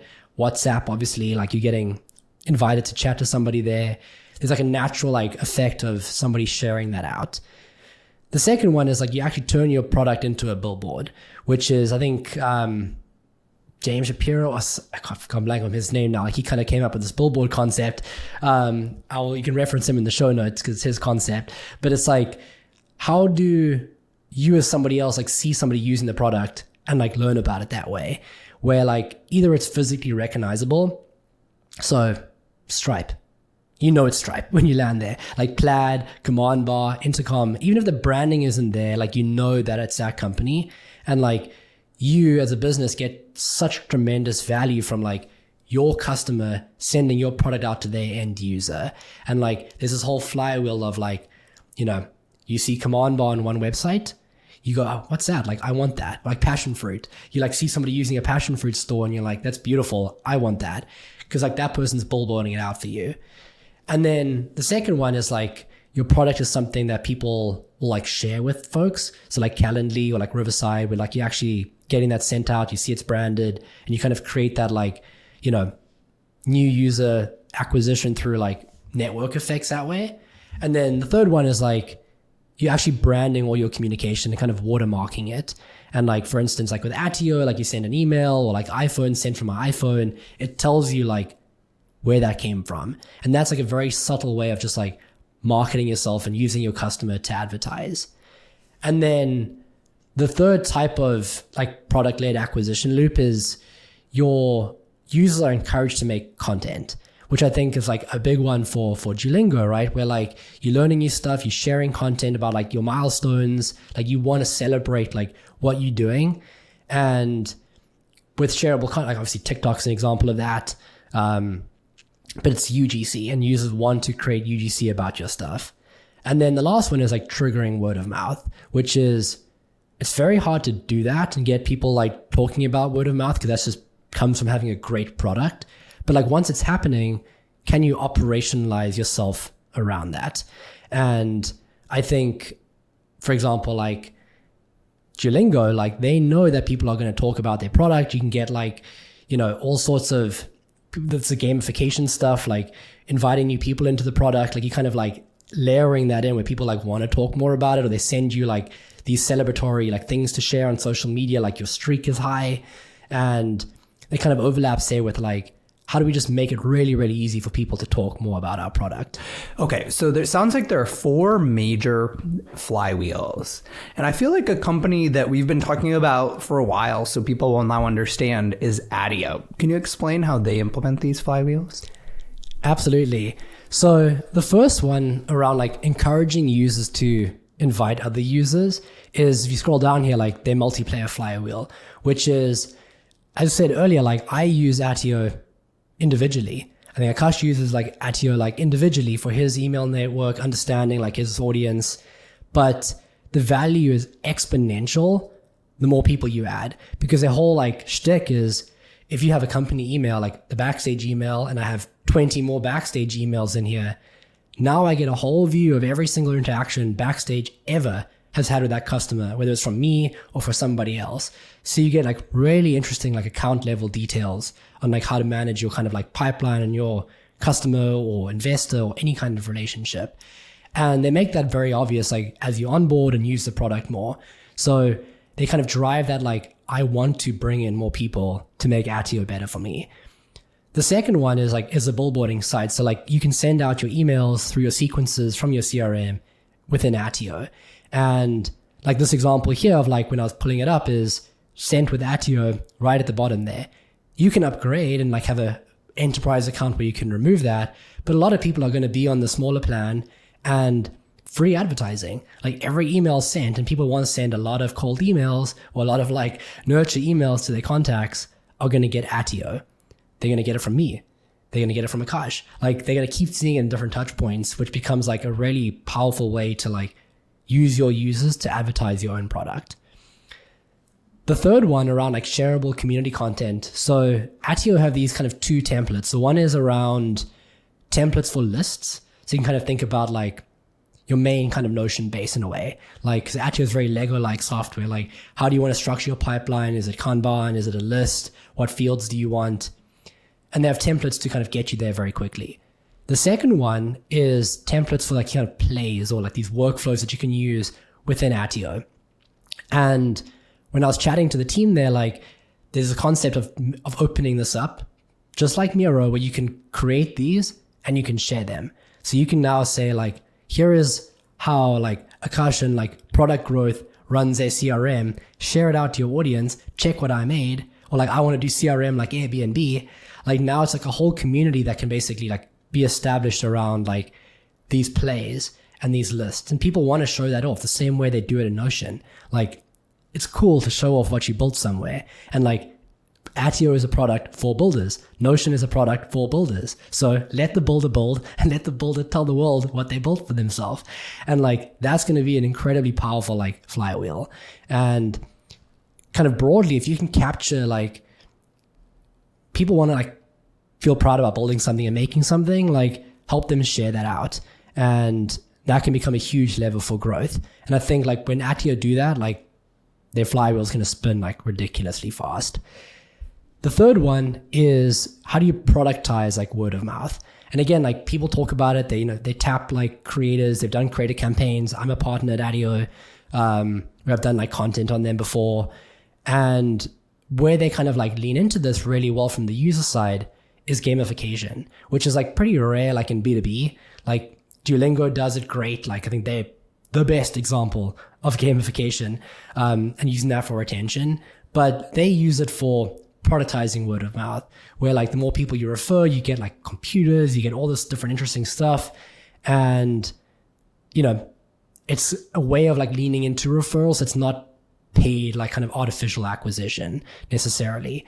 Because that word of mouth is kind of happening. You're not just like slapping like refer a friend here. You're actually referring a team. And if you go to the website over there, because you have it up, at the very bottom, they have this like new refer team page, which I think is like quite inspirational for folks to look at. And then the other flywheel, which I didn't mention earlier, was basically dog fooding. Like I think a secret power is like using your product more than anybody else. And when I was chatting to like Chris, CTO at Figma, he was talking about like everybody uses Figma. You leave feedback on the product every day. And like when you use your own product and your number one customer, you're going to care so much. Like you're going to see like all these little like issues to improve. You're going to want to make your life easier. And like your level of empathy like just shoots through the roof for the customer. And yeah, use your own product as much as you can. And Attio do that because they want to sell to B2B and they use their CRM to sell to B2B. So it's like, yeah, I think a fantastic way to keep that like improvement flywheel going. Yeah, in my deep dive, I included a conversation with their head of growth, Alex Vale, and he talks about how they have configured Attio for their sales process. And then we go and talk to Attio CEO, Nicholas, and Attio CTO Alex, and both of them say that because of how we are using Attio, that has influenced how we have built the product. And so that's kind of a little bit of an internal flywheel that also happens just from dog fooding. But, you know, you guys have all heard these Attio examples. I think these are pretty sophisticated flywheels, the four that Jaryd has explained. If you go back to Reforge's growth loops or my articles on growth loops, like there are also basic flywheels out there too, and you don't necessarily need to be afraid of those basic flywheels. So an example I liked is your piece on Duolingo. Just as an example, you can still have these more basic flywheels power your business. You don't need to get too fancy. What are Duolingo's flywheels? One, data. As you get more learners, you get more data and you get more insights. So what did Duolingo recently release? Well, Sem posted on LinkedIn that we saw a bunch of learners showing data and intent for music and for things that were different learning experiences. So they invested in that, and music has been one of their fastest growing verticals. So it helps the product team. It's kind of like the dog food and growth loop. And then the second one is more paid subscribers. And this one we see in B2C or B2B, which is you can invest more. And what do you see with this most commonly? You sell more deals in B2B SaaS, you can hire more salespeople. You can hire more PMs. You can hire more engineers. So the flywheels, I think some people get pretty scared. Like, my business has 0 flywheels. It's probably not the case. It's more about thinking about which ones are the fit for you. I think that's very well said, and a great caveat there. And often simple beats fancy. Going back to kind of even just broader lessons across all of this PLG iceberg stuff. Simple often beats fancy, and you don't need to boil the ocean on well, how do I map this out and get everybody to agree on what this flywheel is. No, you probably have some innate flywheel anyway, and you want to kind of look at what it is, define it, and then just look at how you can keep pushing it faster and supporting whatever it is, capturing better data or using that data in your team better or whatever else. Simple beats fancy, I think, is a big just broad lesson here. All right, so that is the PLG iceberg. You guys are going to see way more of it in both of our newsletters, and we'll continue to use this framework to break down companies. But I hope that gives you a better sense of A, where to focus, which layer. As we said, you should think about these sequentially. And then B, once you're in that layer, hopefully you can come back to this and you can say, okay, I'm going to get inspired and try this or try that. Now I want to talk about who should and when they should be going product-led growth, because you have a pretty controversial opinion that product-led growth for B2B is overrated. At least in the early days, sales-led creates far more necessary interactions and you get double-sided value. Explain yourself. Yeah, fair enough. Gun to the head here, big opinion. So I kind of started forming this opinion more when I was chatting to James from Command Bar, and he was walking me through this kind of story of how they started out being PLG. They were like, well, everybody's doing PLG. I want to scale with PLG. It's a great way to grow. It's an efficient way to grow. And that's how they kind of started. And I think a lot of companies think okay, if I want to be a PLG company, that's where I need to start. And what they found was they were getting the wrong customers. Their conversion rates weren't great. They weren't learning enough. And they shifted their model to sales. And everything basically changed for them at that point. The surface area of learning that they got from people went through the roof, and their retention went right up. Their conversion rates went up right up. They were getting people with far more intent clicking book a demo versus let me just try kind of command bar out. And I think people because it's grown so much in the last 15 years, they think they need to start there. But sometimes doing that actually destroys more enterprise value in the early days than if you started with traditional sales. And the reason for that is when you're selling in the beginning, even if it's you're going to do PLG, you're getting a double-edged value. You're going to talk to somebody during onboarding. You're going to understand what they want. You're going to figure out if you're selling to the right person. And you're doing the sale at the same time. So you're interviewing them. And you're going to help them implement and actually get to that time to value. And you can do all of that without building any of these, you don't need to build any product layer into these different PLG icebergs yet. Cause you're I just need what's the value? How do I get people there fast? And let me just get users and learn from them, make some money. And sales helps you talk to the most people and have the most interactions, I think, in the beginning. And when you do PLG, and if you get somebody using your product, sometimes the incentive to talk to them goes down once they've signed up because they're using your product already. Let's get more customers. Whereas the sales approach is all about relationships. You're building allies. You're building the right people. You can WhatsApp them. Look at that June example. He WhatsApps his clients, even though they're PLG. But it's the founder-led sales in the beginning. And if you can do something by hand first, which is a big belief that I have, whether it's an MVP, you have an idea for a problem, do it by hand first.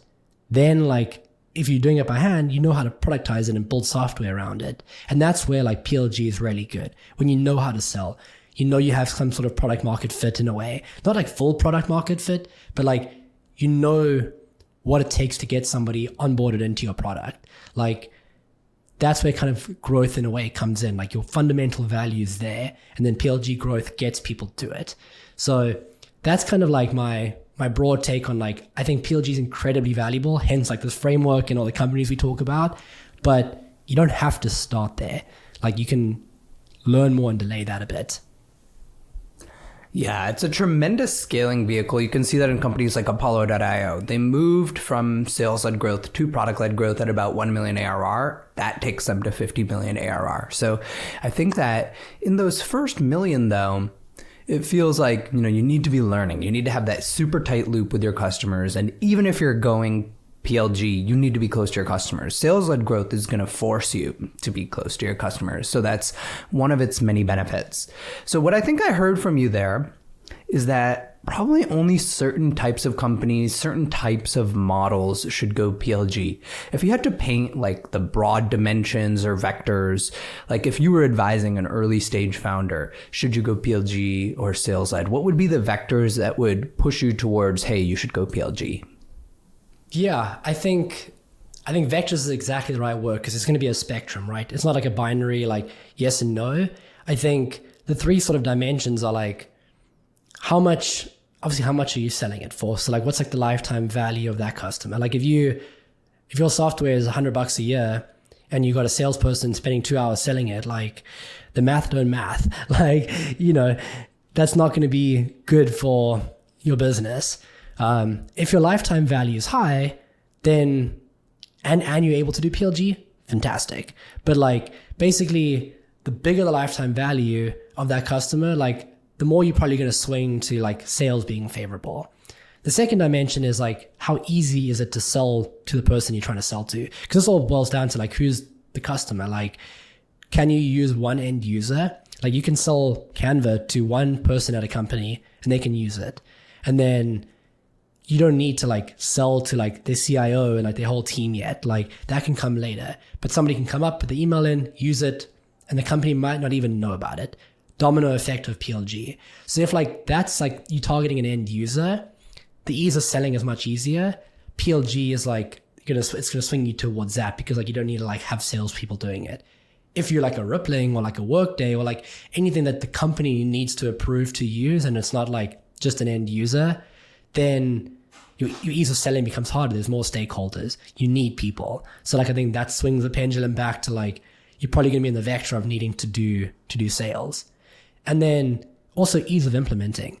Like let's say you were selling to an individual user, and that individual user had a high lifetime value, but like it was very hard to get, built-in time to value in your product, and like you actually need to like have certain integrations done, and like there's like a little roadmap to get people set up. Like Amplitude, they've kind of moved down to do a PLG product now, but like, and they started with sales, but it's a difficult product to use. Like it's a technical product, and like they know that if they don't have sales with you, you're probably not going to be able to establish a good instance in Amplitude and get value from it.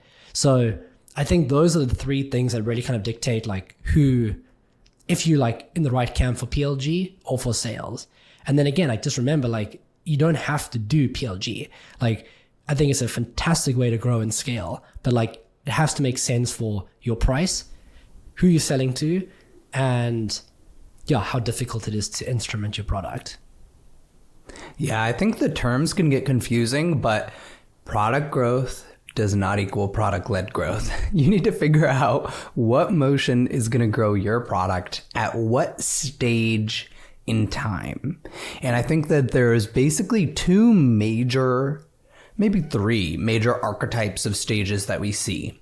One is companies who start PLG and then layer sales-led growth on later. That's very, very common if you're starting with a small, medium business or consumer segment and then moving up to enterprise. The second is this example of sales-led growth adding on PLG. So that's the Amplitude example, where you're starting with the enterprise clients and eventually you're moving down into the small and medium businesses where the economics, the price is so low that you can't staff an enterprise salesperson who's making $600K TC latency against that for sure, right? The economics just aren't going to work for you. So what I would recommend people think about is those vectors and then the stage of their company, and not be so like, oh, PLG has been so sexy. OpenView has been talking about it so much. There's so much good information out there. Let me just go to that because there's good information out there. I think the takeaway from our 2 newsletters after analyzing so many companies is the model matters. And recently I looked at Interpret. Interpret has no PLG motion. It's all sales led. And that goes back to they need to set up a custom model for you. There's a lot of time for implementation. It's a technical product, kind of like Amplitude. So there's a time and place for PLG. Now I want to shift to the future of product-led growth. Over the last 15 years, we've seen that product-led growth had a huge wave. For me, this started from Twilio and Slack, right? Twilio had the billboards up on 101 in the Bay Area, talk to your developer. That was it. It was so mesmerizing. Slack, it was growing from users with those magic links, with those funny quotes when you load, and people were bringing it into their companies and using it for chat even when they had other chat alternatives. Now we see like the latest wave of companies like Miro and Figma, or even more recently like Adio, which we talked to a large extent in this conversation today about, driving forward the future of PLG. If you're putting on your future casting hat, what do you see as kind of the future for PLG versus SLG, and specifically in B2B SaaS? Yeah, touching the magic ball here. I mean, 2 that I think are interesting that could play out in the next couple of years. The one is just ridiculous personalization and like kind of more dynamic UIs, where like companies are, and this is kind of a blend of like, there's generative AI, companies have more data, and going back to like welcoming somebody to the party, like what does Akash want versus Jaryd? I think being able to kind of like tailor little parts of the UI and like take things away, or like make some section bigger, or reprioritize components on the site based on like who somebody is and like what they're doing on the product, I think is going to become easier to do versus like we haven't really been able to do that in the past as well. So I think PLG is going to see more personalization in these kind of dynamic UIs to one degree. The second one is interoperability. I sound like Mark Zuckerberg here, but which I don't like. But basically, going back to the point around like, there's a pretty reliable and predictable way to do a lot of these steps in the iceberg, right? Like, you don't need to reinvent the wheel on certain like friction points, or like helping people find like information, or like going back to that concept of you want to pull people towards information versus like pushing stuff to them. And by and large, like I think companies want to be mainly focusing on like the fundamental value and the differentiating value. And maybe that means more parts of the PLG like motion get kind of outsourced in a way. And like by outsourcing, I mean command bar. Like command bar is like user assistance. They're kind of building a PLG layer in a similar way to Stripe built a financial layer. Like you don't need to build payments because you're going to use Stripe. You're still going to do stuff around payments and have like customization, but they're going to power a lot of that. And I think more companies are going to just use somebody like command bar to drive like discovery around their UI, getting people into certain like, you know, videos or working pages or whatever.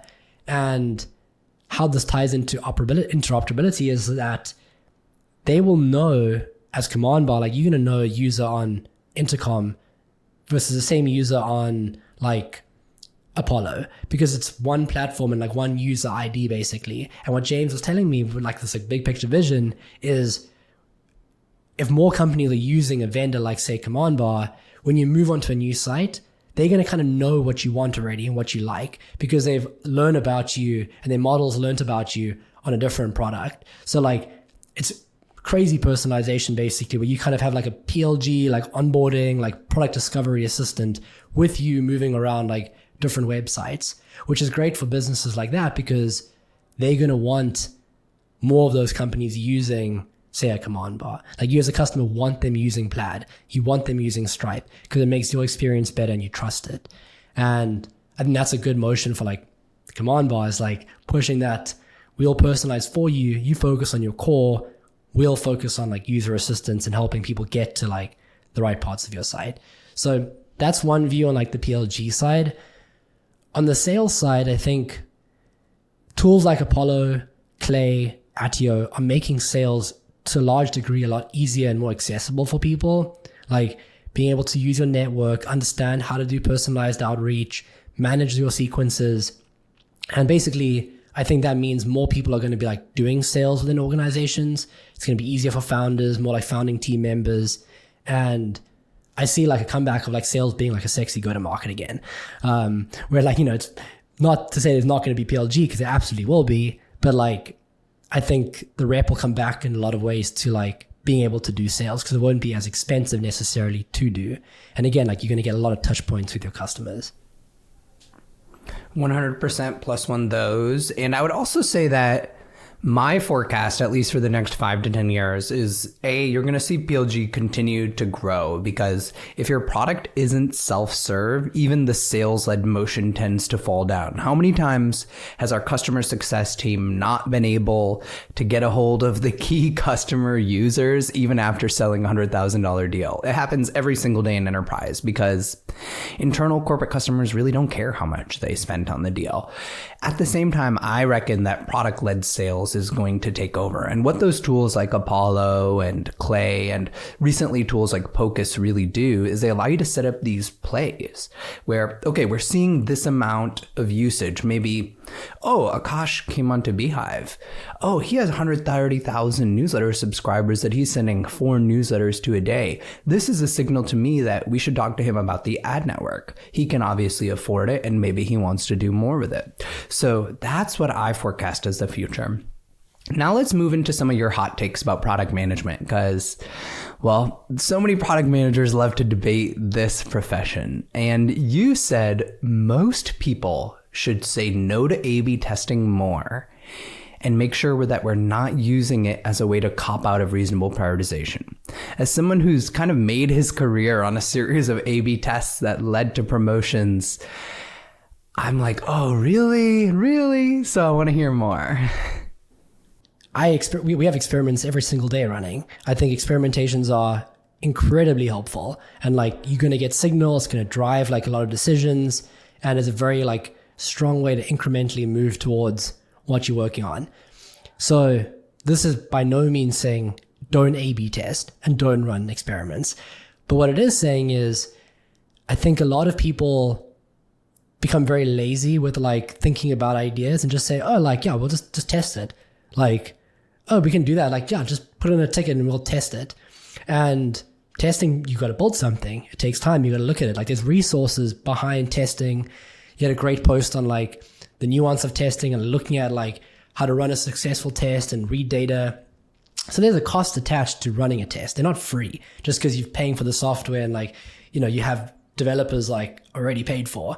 And where I think like people overuse it is like, they don't necessarily think before saying test it and go, okay, why like do we think we should even test this in the first place? Like, what is it tying up to? Like, what do we really want to learn here? Like, speak to some users first. Like, you wrote a great post on it as well. Like, there's a bit of assumption testing that needs to come in, I think, before like just straight up A/B testing.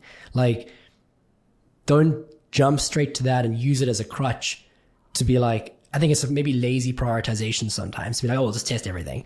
Like, you want to have a strong reason why like it's worth the time to test it. So that's kind of my take there. And I'm curious now, like with that context, like what is your thought on that? Like, is it, what's your thought there? I think it's 100% correct. I think that, we catch people with the hook. More people should say no to A/B testing. But it's not that A/B testing is wrong or it's not a good way to measure things, which I think is the philosophical point that some people have. There's a whole camp out there in product development, which is like, just ship it, just put it out to the public. Your point is actually do less, just ship it, do less, just A/B test it. Actually go through the process of really good prioritization, which as a product leader, I couldn't agree with more. There are way too many A/B tests that my teams would like. They'll just put in a quarterly plan. Like, we're going to run 5 A/B tests. And then when we come back and look at the quarter and we're like, these 5 A/B tests, really like these 5 A/B tests? So thinking really carefully about those A/B tests, doing the discovery. I think just because it's an A/B test doesn't lower the pressure for you to write an amazing PRT and do the right product discovery process. If anything, you should be applying a higher and higher bar to your product process as your company scales over time. Exactly. And it kind of goes to a point of like unshipping where like if you've run a bunch of A/B tests, you're meeting at the end of the month or quarter and you're like assessing however many you've run. If there's tests that like you just haven't actioned or like discussed or like kind of just like were there because somebody had them on the testing roadmap, like you should retro that. You should say like, okay, like how did these tests like get prioritized? Like who was like running the tests? Like where were we tracking? Like, you know, if this, we do this. If that, we'll do this. Like that's very like important kind of just like groundwork that you have to have around like good experimentation culture. And yeah, when you're running 5 tests, there's 5 tests that you're not running because like you're usually not running multiple things in the same like flow. So how do you, it's prioritization of the right tests that are going to help your like roadmap progress forward, whether it's learning something or incrementally like figuring out a UI pattern or whatever else it is. Yeah, or at least something that has strong suggestion that it'll move your top line metric that you care about. If it's not going to do one of those 3 things, solve a user problem, give you an if then to progress forward or move your metric, then it doesn't really make sense to A/B test. So another one of your hot takes is that people index too much on strategy and planning versus just executing. And it's a truly hot take because I'd say like 50% of this podcast has been about how to develop good product strategy. So why do you think that? That is very similar for my newsletter as well. It's like the strategy behind some of the best companies. And again, it's not saying strategy in and of itself is wrong. Like it's important. Like you have to have focus. But I think, and this is also talking from some experience of like myself with my own startup and chatting to some other founders that are building things in my friend group, strategy is a lot of fun. Like it's probably one of the more fun parts of being a PM or a founder. You're like stepping back, you're looking at the chessboard, you're trying to understand like, where do I move my player? Like, how do I take that king? Like, it's a lot of fun. But it's also similar to like building a company for the first time and like just sitting behind the computer and like not talking to users and kind of building in a bubble sometimes. Cause you're like, okay, I'm gonna work on this artifact. I'm putting a presentation together. Like, and sometimes the bigger the company gets, like people spend more and more time like working on a lot of documents and like getting these long plans together. And you can say that the bigger the company, the more important like a longer term plan sometimes becomes because it's like survival and like staying defensive.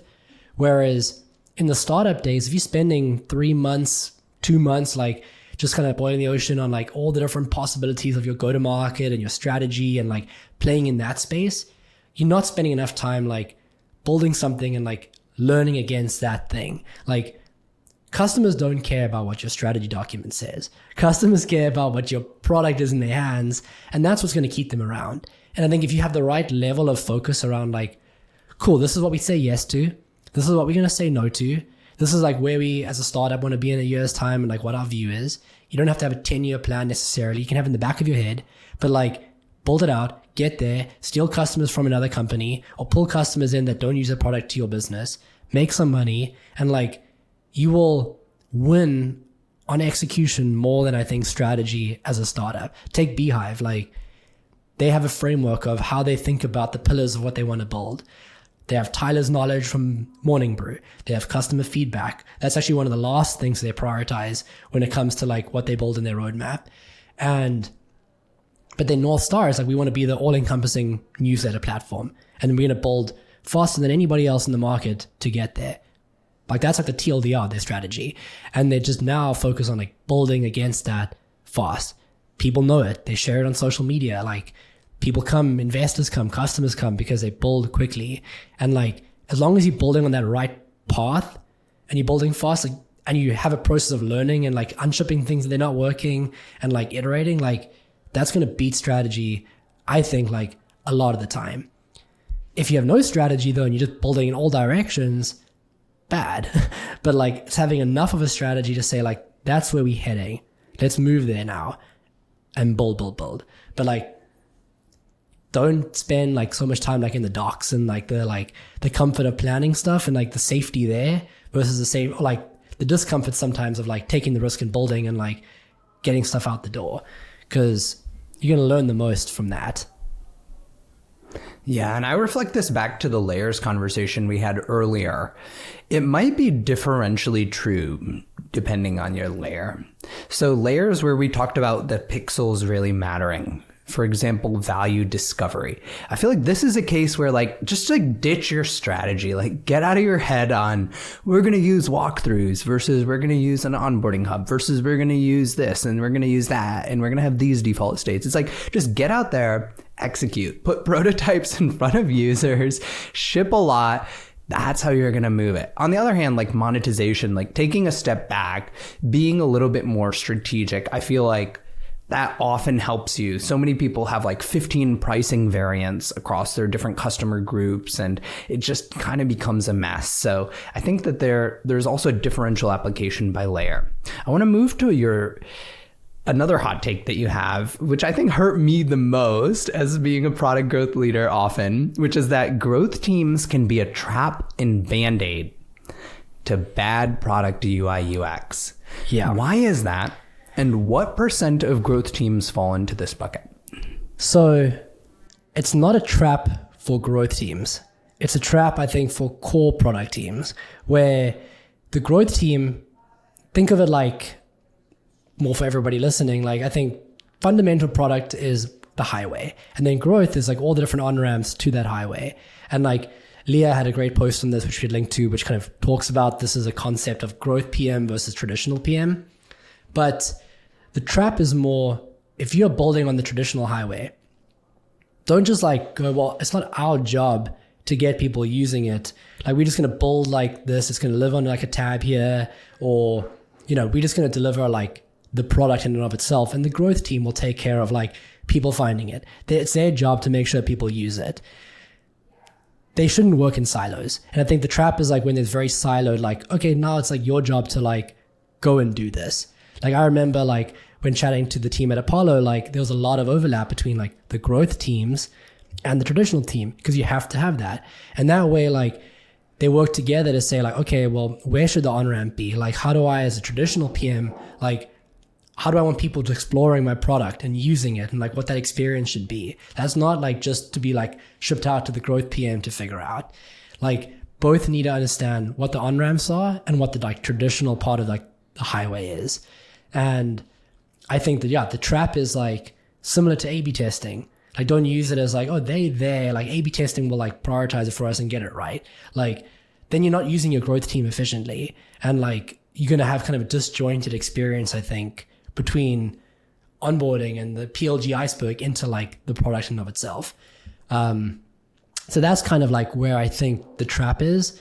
What percentage of people fall into that trap is difficult to say. I think from the companies that I've spoken to in my deep dives, I would say almost like 2 to 3 have like mentioned like this being a problem of like, we didn't think about like the UI properly and like where it is placed, and like we kind of had to rethink about like some of the structure between like the growth and the traditional role. Broadly, I don't know. What do you think? Like with that context in mind, like what percentage of companies do you think like don't have product and growth working like harmoniously enough together? I guess is like the broader question. Probably like 80-90%, I would say. And Elena Verna just had a post too where she said like growth teams need to get along with everybody else, or else. It happens both ways, where it's not just core product teams not thinking enough about adoption features and UI UX of features and default states, but also like growth teams not playing well enough to jump in, maybe help out, but then also teach and enable and scale what they're learning. So it's kind of a two-sided thing. And as a result, it's like 80-90% of the industry has room to improve. And I think with the extra nuance on your hot take, I 100% agree as well. So that's often the case with these hot takes, right? The hook, it sounds like, okay, we disagree, but then we unveil a layer or two, and it seems like everybody could agree with that. So all right, now I want to move into some of your advice for product managers generally. You've said the first and most important thing you can do in any role is focus on building trust. Why trust? Why do you anchor on that? This episode is brought to you by WorkOS. If you're building a SaaS app, at some point your customers will start asking for enterprise features like SAML authentication and SCIM provisioning. That's where WorkOS comes in, making it fast and painless to add enterprise features to your app. Their APIs are easy to understand so that you can ship quickly and get back to building other features. Today, hundreds of companies are already powered by WorkOS, including ones you probably know like Vercel, Webflow, and Loom. WorkOS also recently acquired Warrant, the fine-grained authorization service. Warrant's product is based on a groundbreaking authorization system called Zanzibar, which was originally designed for Google to power Google Docs and YouTube. This enables fast authorization checks at enormous scale while maintaining a flexible model that can be adapted to even the most complex use cases. If you're currently looking to build role-based access control or other enterprise features like single sign-on, SCIM, or user management, you should consider WorkOS. It's a drop-in replacement for Auth0 and supports up to 1 million monthly active users for free. Check it out at workos.com/Akash to learn more. That's workos.com/Akash. I think trust is your number one currency as a PM. Like, you can have the skill, like you need the skill, these kind of table stakes, but if you don't have trust, like you're just not going to be able to get anything done. Like, your engineers aren't going to like trust you in your decisions. Your managers aren't going to trust you with more autonomy and give you bigger projects. You're not going to be able to get alignment. Like, your whole job as a PM is like leverage, like being able to like be an amplifying force for a team and like get things moving. And yeah, if you don't have that trust, like you're just going to always have like a wall in front of you. And I think trust is actually, you almost have kind of a grace period to earn it very quickly in the beginning, where like you come in, you knew, like, and I can talk about some points that I've found like to kind of, one, for me to build trust, but also for like new people, like on teams to build trust. But you need to build it in the beginning. Like, that's your most important time to do it. Because if you don't do it in the beginning, it's actually much harder to like rectify it. Even if you have a great product build or you have a very commercially successful product, like it's harder to like get the trust. One, because maybe you don't get trusted to do a very like big commercially like, you know, high impact product, but you're also just going to get more resistance in like your proposals and your decisions down the line. And I've seen that in practice. Like, one manager doesn't like trust another PM and they have more like pushback, and their like mistakes are like more kind of scrutinized, or even their good ideas are more scrutinized. Whereas if you're able to build it in the beginning, you get kind of more leeway down the line where it's like, okay, like I trust Jaryd to like be able to do this. Like, you know, he'll figure out his mistake here. Like, you know what I mean? Like, there's more kind of like lateralness you have if you've established that. And I think how to build trust, I think for me, the most important thing is like when you join a new team, act like an absolute greenie. Like, in the sense of like, I just watched my new manager come in. He's like the president of our whole portfolio of companies. He's amazing. And he came in and was like, I know nothing about, like, treat me like I know nothing. He gets to ask like any kind of question. It's an opportunity to ask like what you would normally think of maybe silly questions are not going to be silly questions now. Like, your whole goal is to ramp up in knowledge, not in contribution, like in knowledge, I think, as fast as you can, and show that you understand the business, you understand the customer, you understand like the process that you're entering and like how people operate. That's more important than like, hey, I built something and got it out the door like tomorrow, in my opinion. Like, because then people are going to trust you to do that when they know you get like what you're kind of working on. The second thing is like, you have to own your onboarding. Like, some bigger companies are going to have process, some smaller companies won't. Like, don't rely on anybody else to get you up to speed. You have to make your own plan. You have to set your own goals, and you have to be very kind of like, I think, communicative to your manager and team. Like, hey, here's my onboarding. Here's what I'm going to do, and then do it. And like, communicate what you're learning along the way. Like, hey, this week I learned like this, had a great chat with like Jeff, and he showed me like how to do this and this, and like, here's what I've like learned along the way. And you're gonna like signal to people like you're learning and you're building up knowledge, and you're documenting that all along the way, where like ultimately you can start making some like suggestion at the end, like, hey, like I've seen like some stuff in the data, like I went really deep on this part of the data that nobody else is really looking at because they got other stuff, and I'm new and I'm not really working on a project yet, but like I'm now an expert in like this part of the product, and like here's a suggestion or recommendation. And I think that's a great like kind of signal that like, yeah, you're taking the time to build depth somewhere. And then, yeah, like also just as a last point, with your manager specifically, like instead of asking them like, hey, like, how can I help you? Which sometimes kind of puts the onus, sometimes I think, on the manager, is you ask the manager like kind of what they're wrestling with right now. Like, hey, what's like on your mind? Like, what are you kind of working through? And not necessarily even in that call or that message, but you kind of come back and like maybe give a suggestion of like how you might be able to help, whether it's taking something off their plate, or it's like, hey, I'll do some of that research for you and like give you a report. And then you do that really well, like much deeper than they thought you would. And all of that builds up to like currency points of trust. And then like your job becomes much easier. Couldn't agree more. I feel like trust is kind of it's like the litmus test, really, of like whether you should stay at a company. If you start to see that your trust level is dropping, it might be time to start looking even early on. Another thing that you advise for PMs is find and pull your biggest levers. And I'm curious, what is a lever? How do you find it? And then how do you pull it? Yeah, so I think the people that move the fastest and are doing some of the best work are not doing the most work. They just know where to like apply the right efforts and like find the right bottlenecks and turn that bottleneck into something that's like flowing again. So it's like kind of like, yeah, the Pareto, right? Like sometimes the least amount of like work in and of itself is going to be the biggest leverage.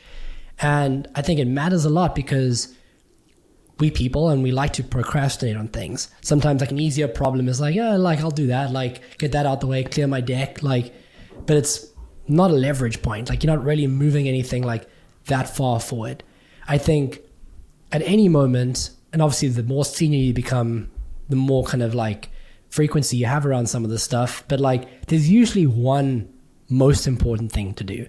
Like whether it's that day or like right now, it's like, okay, like if I unblock this person, or if I give context to this team and make sure that they can go and run that project in the best way possible, like that's going to be my biggest leverage and amplifying force as a product leader or PM on the team. And, you know, you want to be able to like find what that thing, maybe it's being an IC for a day where you got to like get into the details and work like really low on a project. Or again, yeah, it's like stepping back and being like working high and arming your designers and your engineers with like an update on strategy. That can take you 20 minutes to like have a call and be like, here's like a big update, but that will change the entire week or set the direction of a project. So it's like, you need to know like where you want to put your time and what's going to be the biggest like return on your time investment. And I think a good way to think about it is like comparative advantage. And like the example I often use is a CEO hires a receptionist. The receptionist, for example, to write and maybe like say take calls and schedule appointments. The CEO might be a better writer and better at scheduling appointments and better at doing all those things than the receptionist. Like he may be better, he might have done that and be better, but is that the best use of his time? Or should he like go and like speak to the investor, which will take an hour, and like get money for the company? His comparative advantage is talking to the investor when blocking somebody. The secretary's is writing and scheduling and doing that stuff. And I think if you think about like in any situation, what's like your best suited strength right now, that's how you find your lever in a situation. And the more effective you are at spotting it and pulling it, the quicker you and your team are going to move. Yeah, I really see that as the kind of crucial unlocks for the work-life balance dilemma, because I haven't talked to a PM in the last 2 or 3 weeks that is working like less than 50 hours. Most of them are up in the like 60 hours and they're trying to get it down. And I feel like this is the point, right? Figuring out what your leverage is. So I love that advice. All right. That was more than 2 hours, all about product growth and product management. Are you ready for the lightning round? Yes, let's do it. All right. What's your favorite interview question of PM candidates? Not a story, but what did you work on yesterday? Like, I think a lot of the time we ask people like, tell me about this like case, and people have these answers, but like going back to your point on leverage, like what did you do yesterday? It kind of shows one, like what that person's like probably biggest area of leverage is, and two, are they able to prioritize that? And obviously, I'll give a bit more context around what they chose, etc. But I think it's very revealing. And people don't often expect like, oh, what was I doing yesterday? Was I just like typing out like some slides or like, do you know what I mean? Like, So it's what did you do yesterday, or like what was like the biggest like leverage you think you had yesterday kind of thing. Love it. What's your favorite product or growth book? I would say very adjacent to product growth, but like had a huge impact on me recently. Smart Brevity. It's about concise communication and just like saying more with less. And we're all in the business of communicating, so we can all do better at like being tighter with how we say things and like who the audience is. So huge recommendation to that book, and shout out to Tom Morbach for like putting that on my radar. Tom is a legend. All right. What's a newsletter you love reading? Yours? I would say also on that scope of outside product, like one that I've been really, really enjoying recently is Get Real Man by Latham Turner. And his whole like shtick is like, because I spend so much time like for all the 5 bits and everything researching product and growth, and I'm like, it's almost kind of a reprise to like get out of that world and look at these like mysteries of life, or like these things that I experience like don't have like real solutions or like don't get worked out. And like he's such a good storyteller and writer that like I've just like gone down the rabbit hole of like reading all his stuff. So Get Real Man by Latham Turner. Check it out. Adding it to my list. What product feature are you most proud of shipping? I would say my startup, which is kind of like, I think I'm probably most proud of something that like gave me a lot of energy, had an impact, and was difficult to do. And I think like the startup kind of like hit the vector of all of that. Like I was like the most energized in anything I've ever built. And it was like the most complex and ambiguous. And it was like, had an impact. Like it made money, like it made like people like find jobs and like build a career. And like, for me, that's probably the best, like most rewarding thing I've built.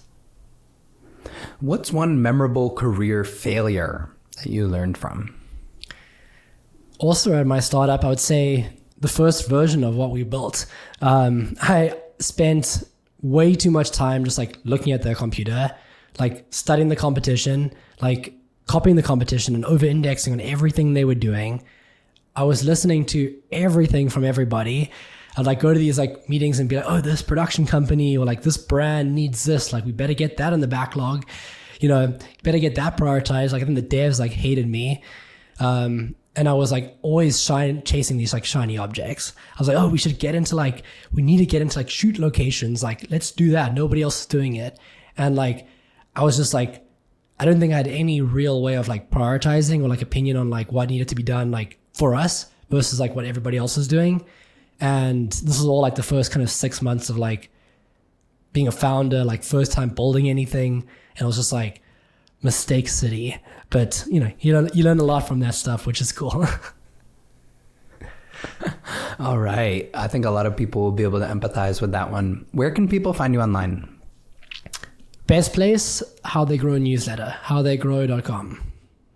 And then I have LinkedIn, but I don't use it much. So if you check it out there, that's where I'll be. All right. And how can listeners help you?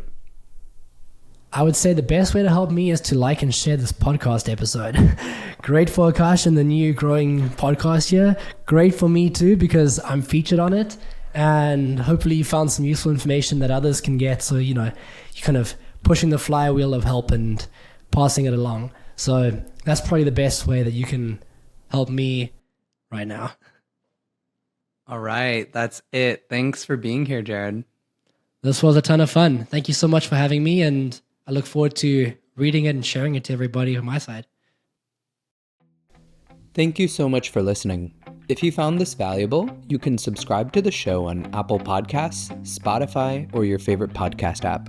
Also, please consider giving us a rating or leaving a review, as that really helps other listeners find out about the podcast.